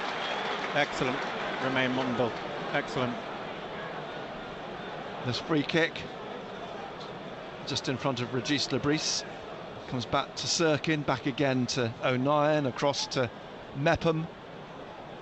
And then wide to Roberts. Roberts inside to Trey Hume, to Neil. And Neil looks to swing a pass out. Lovely pass to Mundle. Brought down beautifully by Romain Mundle. Now he's going to try and work it forwards, but Ayling's blocked his route. He plays it back to Sirkin, back again to Luke O'Nien, across then to Mepham. And Mepham down the right wing to Roberts. Hamilton in front of him. Roberts cutting inside, still going. Roberts once played for Middlesbrough, of course. And then it's a bit too loose, and Doak hooks it away back up to the halfway line. And now with Hume, O'Nien and Sirkin. And Sirkin out to Mundle on the left-hand side. Doak comes back to cover Mundle. Mundle trying to find an opening, cuts inside. Lovely ball into Roberts and back out to Mundle on the left. Mundle now brings this down, taps it to Roberts in the penalty area. Now to Job. Job tries to curl in the top corner, and it's around the angle and behind for a goal kick. Roberts jogging back out to the right wing. 1-0 then still to Sunderland. A reminder, Total Sport returns on Monday, 6 o'clock, every evening, Monday to Friday, 6 till 8. We'll be picking over this one. There's been a couple of controversial incidents, none more so than the possible penalty that wasn't given for a foul on Mundle at the end of the first half. Ball comes back to Matt Clark in the middle of the Middlesbrough half. Forwards through Hackney to Micah Hamilton on the left wing.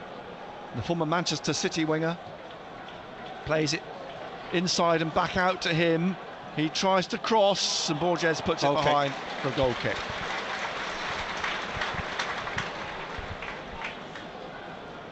Patterson retrieves the ball. It's about managing a game, Nick. That's what they've got to do. Well, Middlesbrough are not in their faces like Plymouth were last week. But Middlesbrough let them play. Yeah, thanks for letting us know. Here's Patterson with Latte in the penalty area, but he kicks up towards Job. Morris gets ahead of him, out to Doak on the right wing. Back to Morris, back again into his own half to Edmondson in the centre circle. As Clark now squares it to Hackney on halfway. He taps it to Ayling, Luke Ayling, signed in the summer from Leeds, down the right to Conway. Nearly let it slip away from him out, but he's managed to recover and gets it back to Ayling. Hackney and now Edmondson in the centre circle. To Clark again. And Clark to Hackney. It's patience from Middlesbrough. They're trying to work it slowly forwards. Down the right wing to Doak. Sirkin trying to get the grip of Doak, but Doak holds him off, gets the ball back to Edmondson. And now Clark Can you hear that to Hamilton. At the stadium? Like, Hamilton wide on the left. Nerves, that is. Borges plays it back to Hackney. They know it's far from over this game with just being 1-0. Tapping it to Clark on that left-hand side as they edge closer and closer to the Sunderland penalty area. Comes back to Hackney in midfield, and then to Ayling again. Doak is wide. Doak here now with Sirkin to get past, and Mundle's come back as well. Doak just trying to work it through to Morris and back to Edmondson and Hackney, and then down the right again to Doak, and Doak slips it inside to Morris onto his left, and he shoots well wide. I mean, the concern for me was it opened up a bit for him there, and nobody closed him down. You've got to give credit to Middlesbrough. Good play there, passage of play there by Middlesbrough.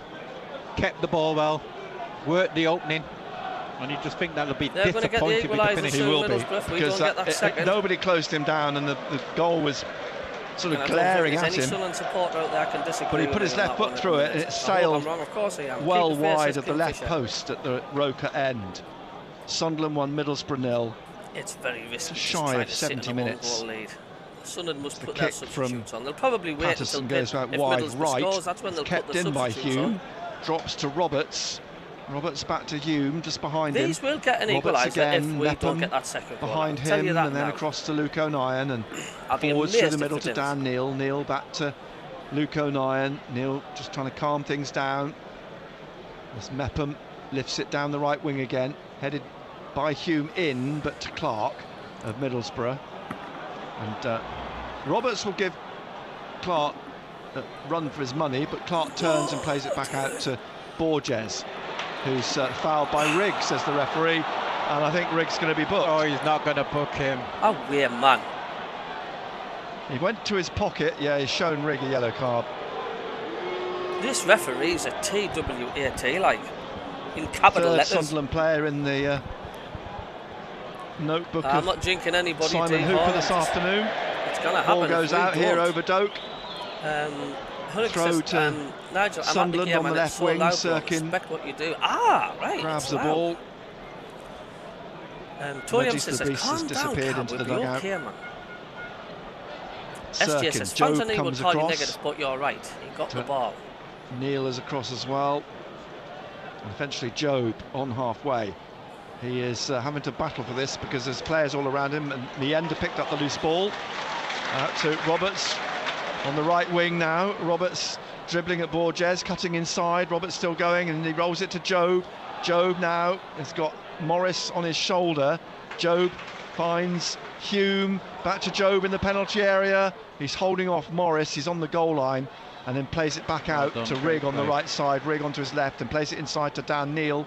Neil out again wide to Rigg, just kept it in, he had to stretch for it, but he's now slipped it inside to Hume. Hume's pushed by Hamilton, and it's a free kick to Sunderland. Right side of midfield, about 10 yards in from the right-hand touchline.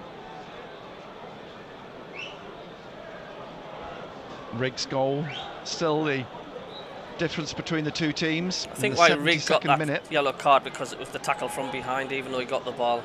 Roberts will take the free kick. Otherwise they'll score. It's written in the stars. I totally agree, SG. I'm not being negative. Middlesbrough holding a line about 20 yards out. You know, they're not a bad side, Middlesbrough, whether you like it or not. Roberts then looks up, plays it into the penalty area, straight into the hands of Dieng. This won't stay at 1-0. Much too comfortable for the keeper from a Sunderland perspective. It was 2-0, fantastic, but Isidore is I'd be very surprised if we hang on to a 1-0 lead as against is Middlesbrough. Rusin and Alexic.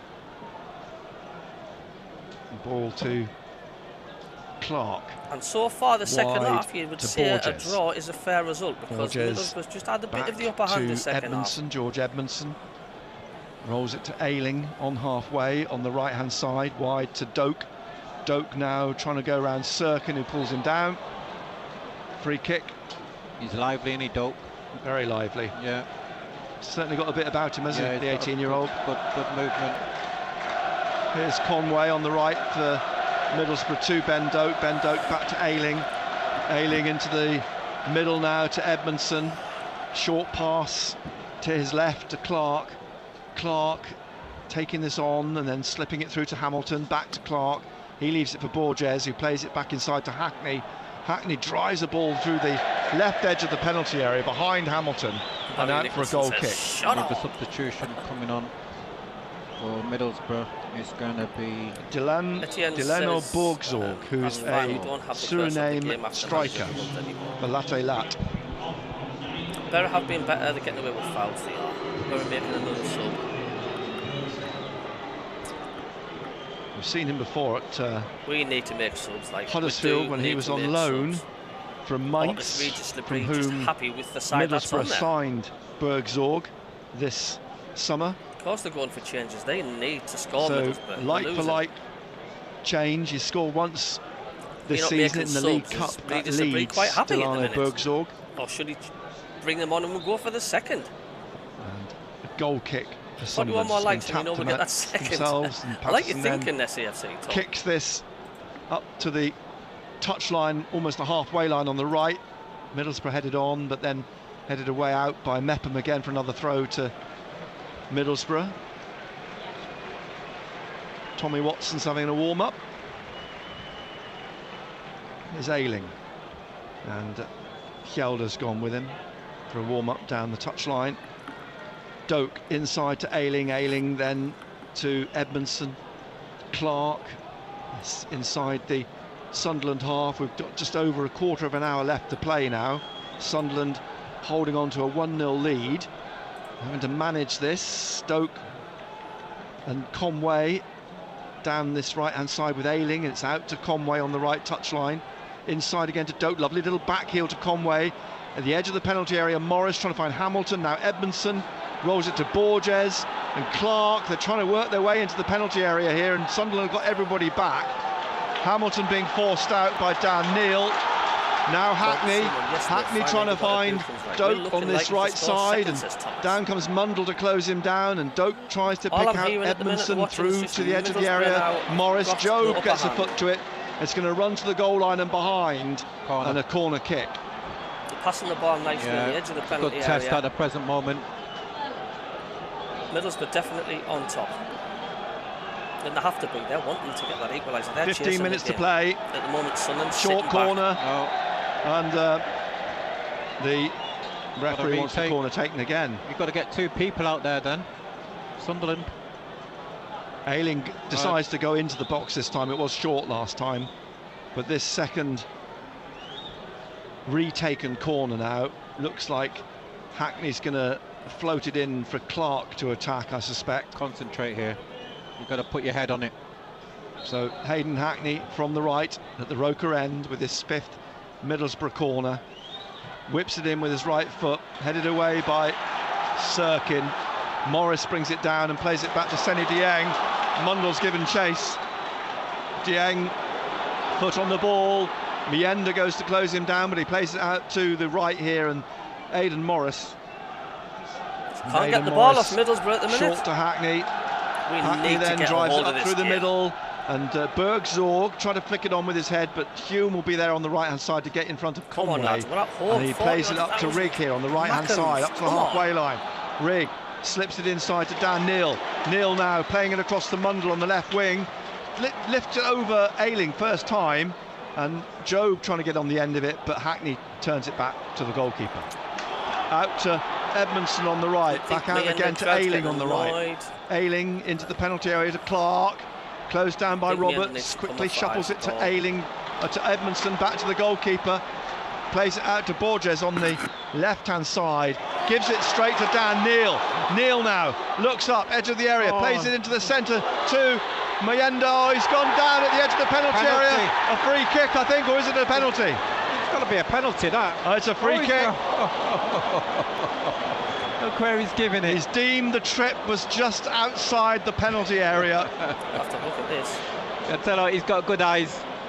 I did wonder whether he was going to, if it was going to give anything firstly, and then whether it was inside or outside the box, and I did have a feeling it was just on the edge. That's outside the box, it's not a penalty. Although there's part of you thinks, I wonder if he's going to try and square up with the decision he didn't give at the end of the first half, but he hasn't.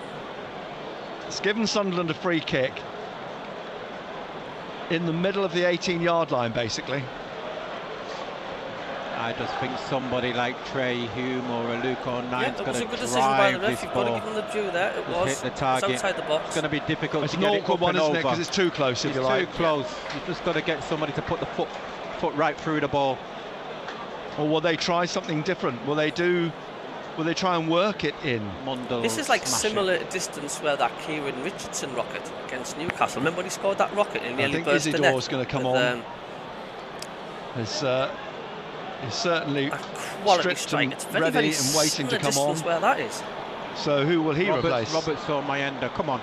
And it's Mundle. Whoa, he's hit the post. He's smashed it against the woodwork. It's come crashing out. Dieng was stranded. It's still 1-0 to Sunderland, and they were the lick of a paint away from making it 2-0. How did that not go in? I'm not sure. Done everything right. It looked like it was smashed into the side and it's come off the post. And now Roberts trying to work a way through in the penalty area. Oh, he's gone down. No penalty again, says the referee.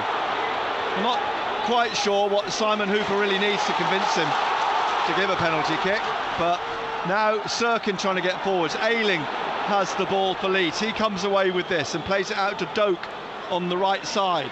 Doak now taking on Mundle. Joe gets back as well, and he's tackled in the end by Chris Rigg, who's out on the left. Plays it forwards now.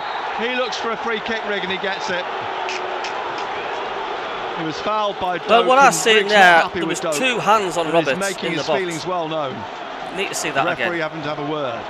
And Doak is winding him up now. That referee is in just no mood at all to give any penalties. So you're just not going to get anything two at all. teenagers having a go at each other. Roberts is coming off.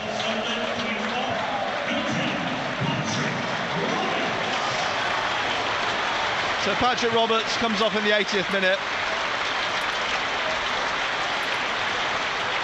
He was unlucky not to score earlier. He's getting a rousing exit. Yeah, he's played his part, hasn't he, Patrick Roberts?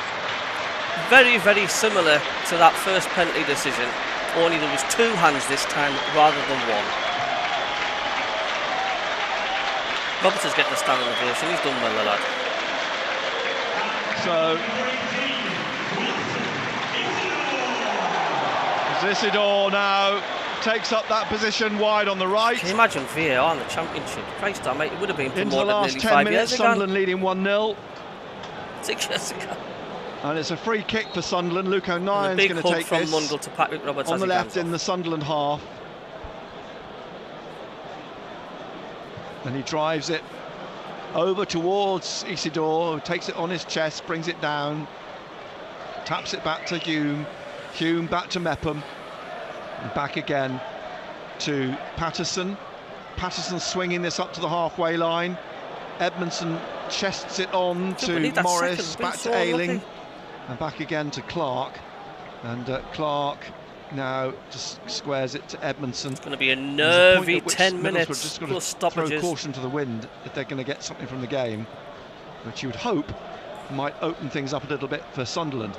But here's Hamilton down the left wing for Middlesbrough in their blue wash kits. I mean, an extraordinary pattern of blues as they come forwards. Middlesbrough down the right now with Ayling. Sunderland's red and white striped army of defenders trying to again put bodies across the back and make life difficult for Middlesbrough as Hackney tries to find a way through. And now Clark down the left again to Hamilton. Hamilton has got to try and come past Isidore, who's making life exceptionally difficult for him. And Hamilton in the end stabs a foot at it and gets it back to Clark. And Clark inside to Hackney. 83rd minute now. Sunderland 1, Middlesbrough 0. This is where people's anxieties start to rise, isn't it? To Edmondson. Back out to they know Ayling the second on the right goal and it'll be game over. Luke Ayling trying to find Conway. Back out to Doak. Tried to squeeze it through the legs of Sirkin. Totally Sirkin's agree, on Michael. it. Turns it away over the halfway line. Well done. Back up to Sene Dieng. Way out of his penalty area.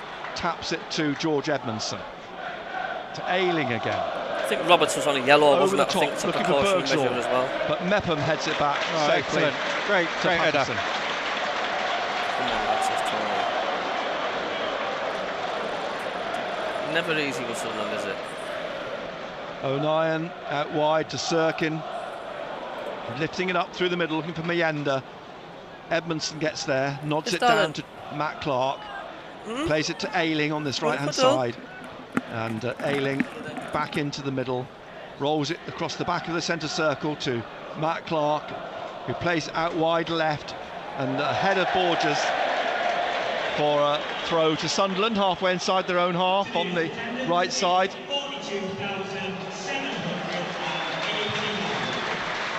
There you go, 42,781 the attendance this afternoon.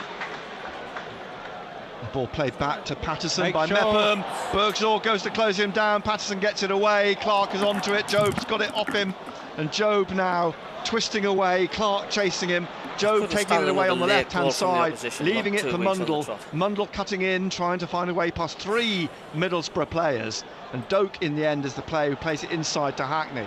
Hackney now to the halfway line, again looking for Bergsall. Oh, you've got to come off your line. Mepham's got in front of him. Well done. And gets the ball off Bergsall and plays it off. Excellent play by Mepham. Striker for a throw. Mepham's having a cracking game, like. Just a little bit worried there. Patterson just near enough, nearly got caught in no man's land, didn't he? Good defending. 6 minutes or so left. Sunderland lead 1-0. Here's Sirkin. Lovely twist and turn away from Doak. Then it's actually played to Mundle by Hackney. And now with Neil Neil looking for the run of Isidore down the right-hand side, takes it on his chest. Borges then whips it off him and trying to get it inside to Micah Hamilton, who brings it up to the halfway line, leaves it for Hackney. Hackney in the centre circle. Mienda suddenly on his shoulder, plays it to Ayling, back to Hackney, and then to Ayling again. And Ayling wide to Doak. Doak back, taps it to Ayling. And Middlesbrough trying to find an opening down this right channel, and Sirkin blocks well it. done, Dennis off of Sirkin. Doak. Excellent defending. 5 minutes left. Sunderland still lead 1-0. They'll be reminded, of course, of what happened late at Plymouth last week. Managed this last 5 minutes and plus whatever times added on by Simon Hooper. Totally agree, Mackham down south. Neffam, the Added Premier on by League Joe. defender. Mundle hooks it out. Collins Throw says to 45,000. Middlesbrough. On the right. Can't believe the Sunderland fans leaving the Two stadium. coaches Like, in their how could you do that, respective like? technical areas. How? Someone plays Ayling that with a throw. right to me, answers on a Back to postcard. George Edmondson. Plays it across to Matt Clark. Clark back to Edmondson. Edmondson up to halfway, down to Ben Doak.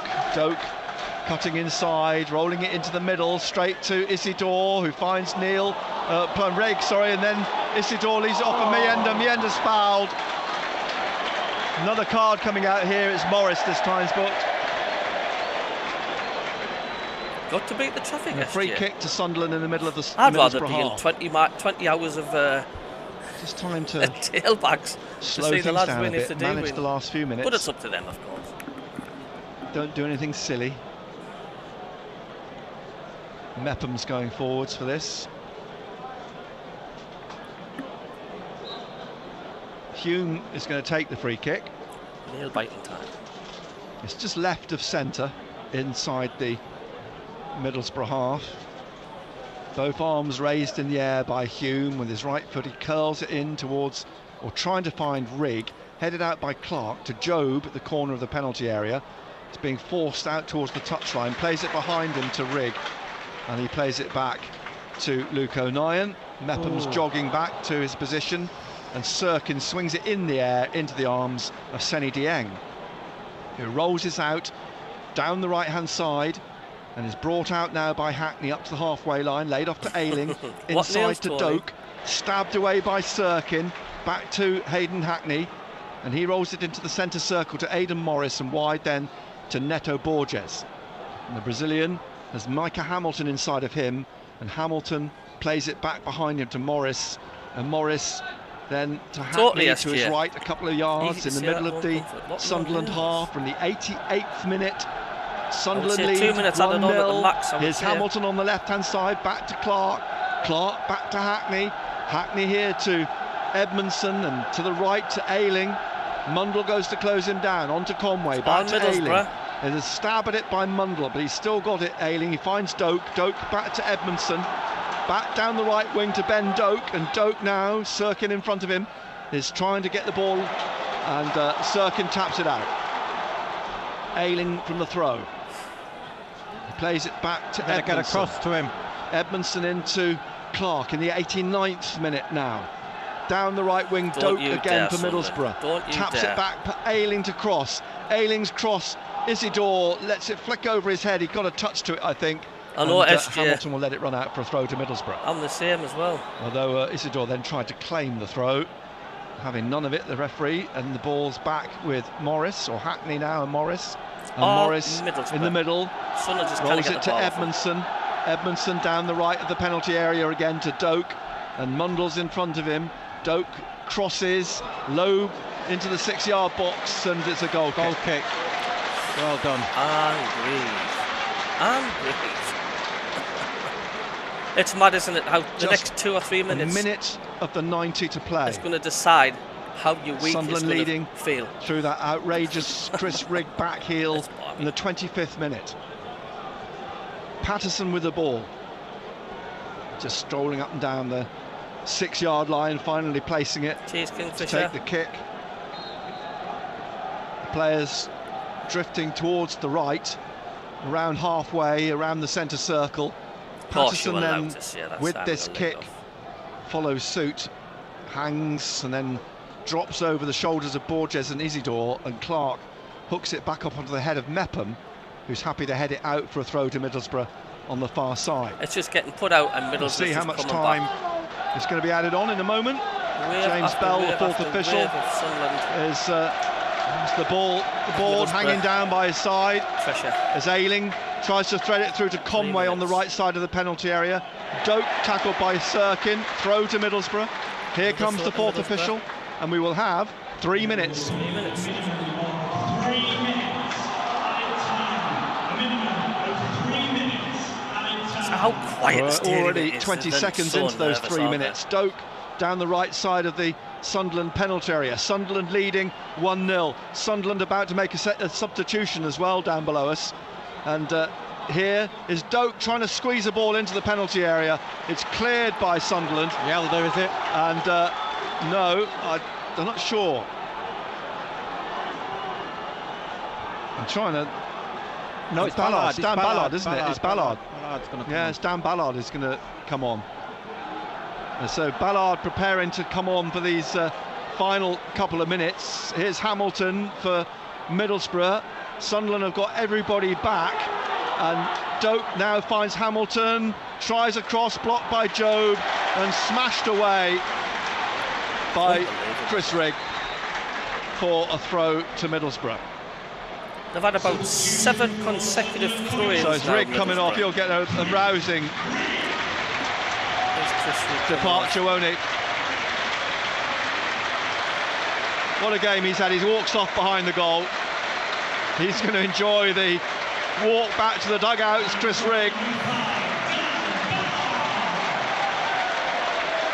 So on comes Dan Ballard. And Sunderland hang on. Chris Rigg is milking this, slowly walks round the pitch. The stadium like if they do. The 17-year-old who's scored what is at the moment the only goal of the game, as the ball is floated into the Sunderland penalty area, and Bergsorg's trying to get on the end of this with Isidore on his shoulder. Bergsorg managed to get it back to Hamilton, and Hamilton now battling on that far side as the ball played inside and crossed across the penalty area. Mundle trying to stab it away from Doak. Just keep the ball, Sunderland wants to keep the ball. Now Conway, Hackney trying to get it into Bergsorg, battling with Ballard. He gets the ball off him, leaves it for O'Nien. O'Nien hooks the ball away, up over the halfway line. Meyender's trying to bring it down. Has it come off the Middlesbrough man? It has. Came off Edmondson. Excellent, Meyender. We've got Great 25 running. seconds left, but there'll be another 30 no doubt for the substitution. And a throw to Sunderland down the left wing, just a yard or two down from Regis Lebris. You know, the good thing for me, Nick, you know, you see the likes of Meyender there, last in the 90 minutes. It just shows what, you know, what he's actually been attributing to the game. Yeah. This will be a huge There's the minimum win for Sunderland if they get 3 this. minutes to all but played now. Sirkin has got this throw. Sunderland lead 1-0. Sirkin halfway inside the Middlesbrough half, looking for Meyender. It breaks for Dieng in the Middlesbrough penalty area. Middlesbrough flooding forwards. They're trying to get all their bodies up the other end. Dieng's going to kick long up through the middle. Mepham's got his eye on it, heads it in the air towards the halfway line. Bounces down in front of Borges. He nods it down to Morris. And now Morris, as he flicks the ball out to the right wing. Nearly 3.5 minutes played now of added time, and Mundle manages to knock the ball out. Appeals to the supporters. What is this ref as a doing, Middlesbrough like? player down on his back. Referees come across here to see what the situation is, and the teenager Doak is hauled to his feet. It's a throw for Middlesbrough. Ayling's going to take this. Nearly 4 minutes now have been played of added time. Ayling looks up with his left, curls it across towards Hamilton on the far side. Up goes Hume to head the ball down. Morris into the box to Clark. Back out here for Bergsorg to try a shot. It's blocked and it's all over. Get in! Woo! Luke O'Nien leaps into the arms of Anthony Patterson. Get in! Sunderland's players Get in! all applaud more than shake each other's hands. What a nervy, hard-fought win that was. Substitutes Chris Rigg and Patrick Roberts, they've come on now to join their teammates as Sunderland. As you have to mute the commentary because of copyright. Chris Rigg jumps out the dugout. Go,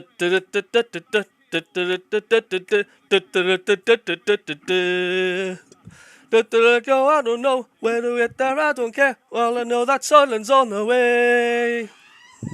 Sorry. Sorry. Wow, wow, wow. And breathe. Relax, guys. Hey, thanks everybody for tuning in. Happy days. Thank you, Cabby. You're welcome. That wasn't easy. That was not easy.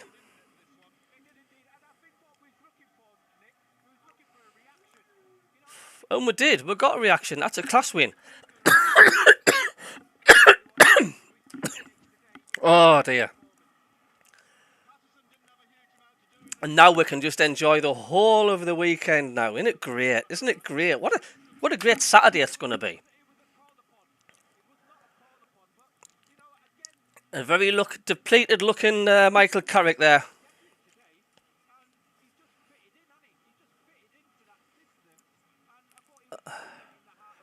Off to get your fortune. Oh, cheers, Simon, Kingfisher, Jonathan, Gordon, Dragon Hunter, Alan, Susan, Kingfisher, Judith, Susan, Simon, Kingfisher, Luty. Everybody for tuning in today in this superb win over Middlesbrough. This man sing. Let's go. Only fools rush in. And I can't help falling in love with you. Come on! Just feels as if, it doesn't matter if you're at the stadium or not, you just feel as if you're there, don't you? Get in.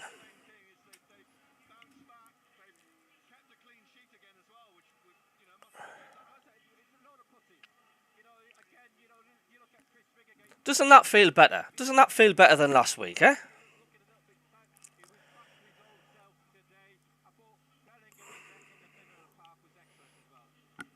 Well, we shut up shop. We didn't let them anywhere near us.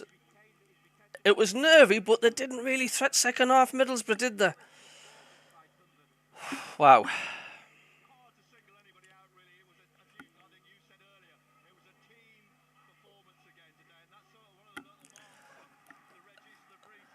Oh, fantastic. Well, I'm going to go now and I'll be doing a match review. Don't forget to, I'll be doing an alternative commentary as well. Why not? But that was just brilliant. That was just class, wasn't it? Thank you, everybody, for supporting the channel and subscribing to the channel. It means so, so much. I do work hard to bring you as much content as I can. So every single one of you, thank you all. And stay tuned. I'll be doing a review and the alternative comedy, which is a good laugh. Catch you later. See you later. Love you all.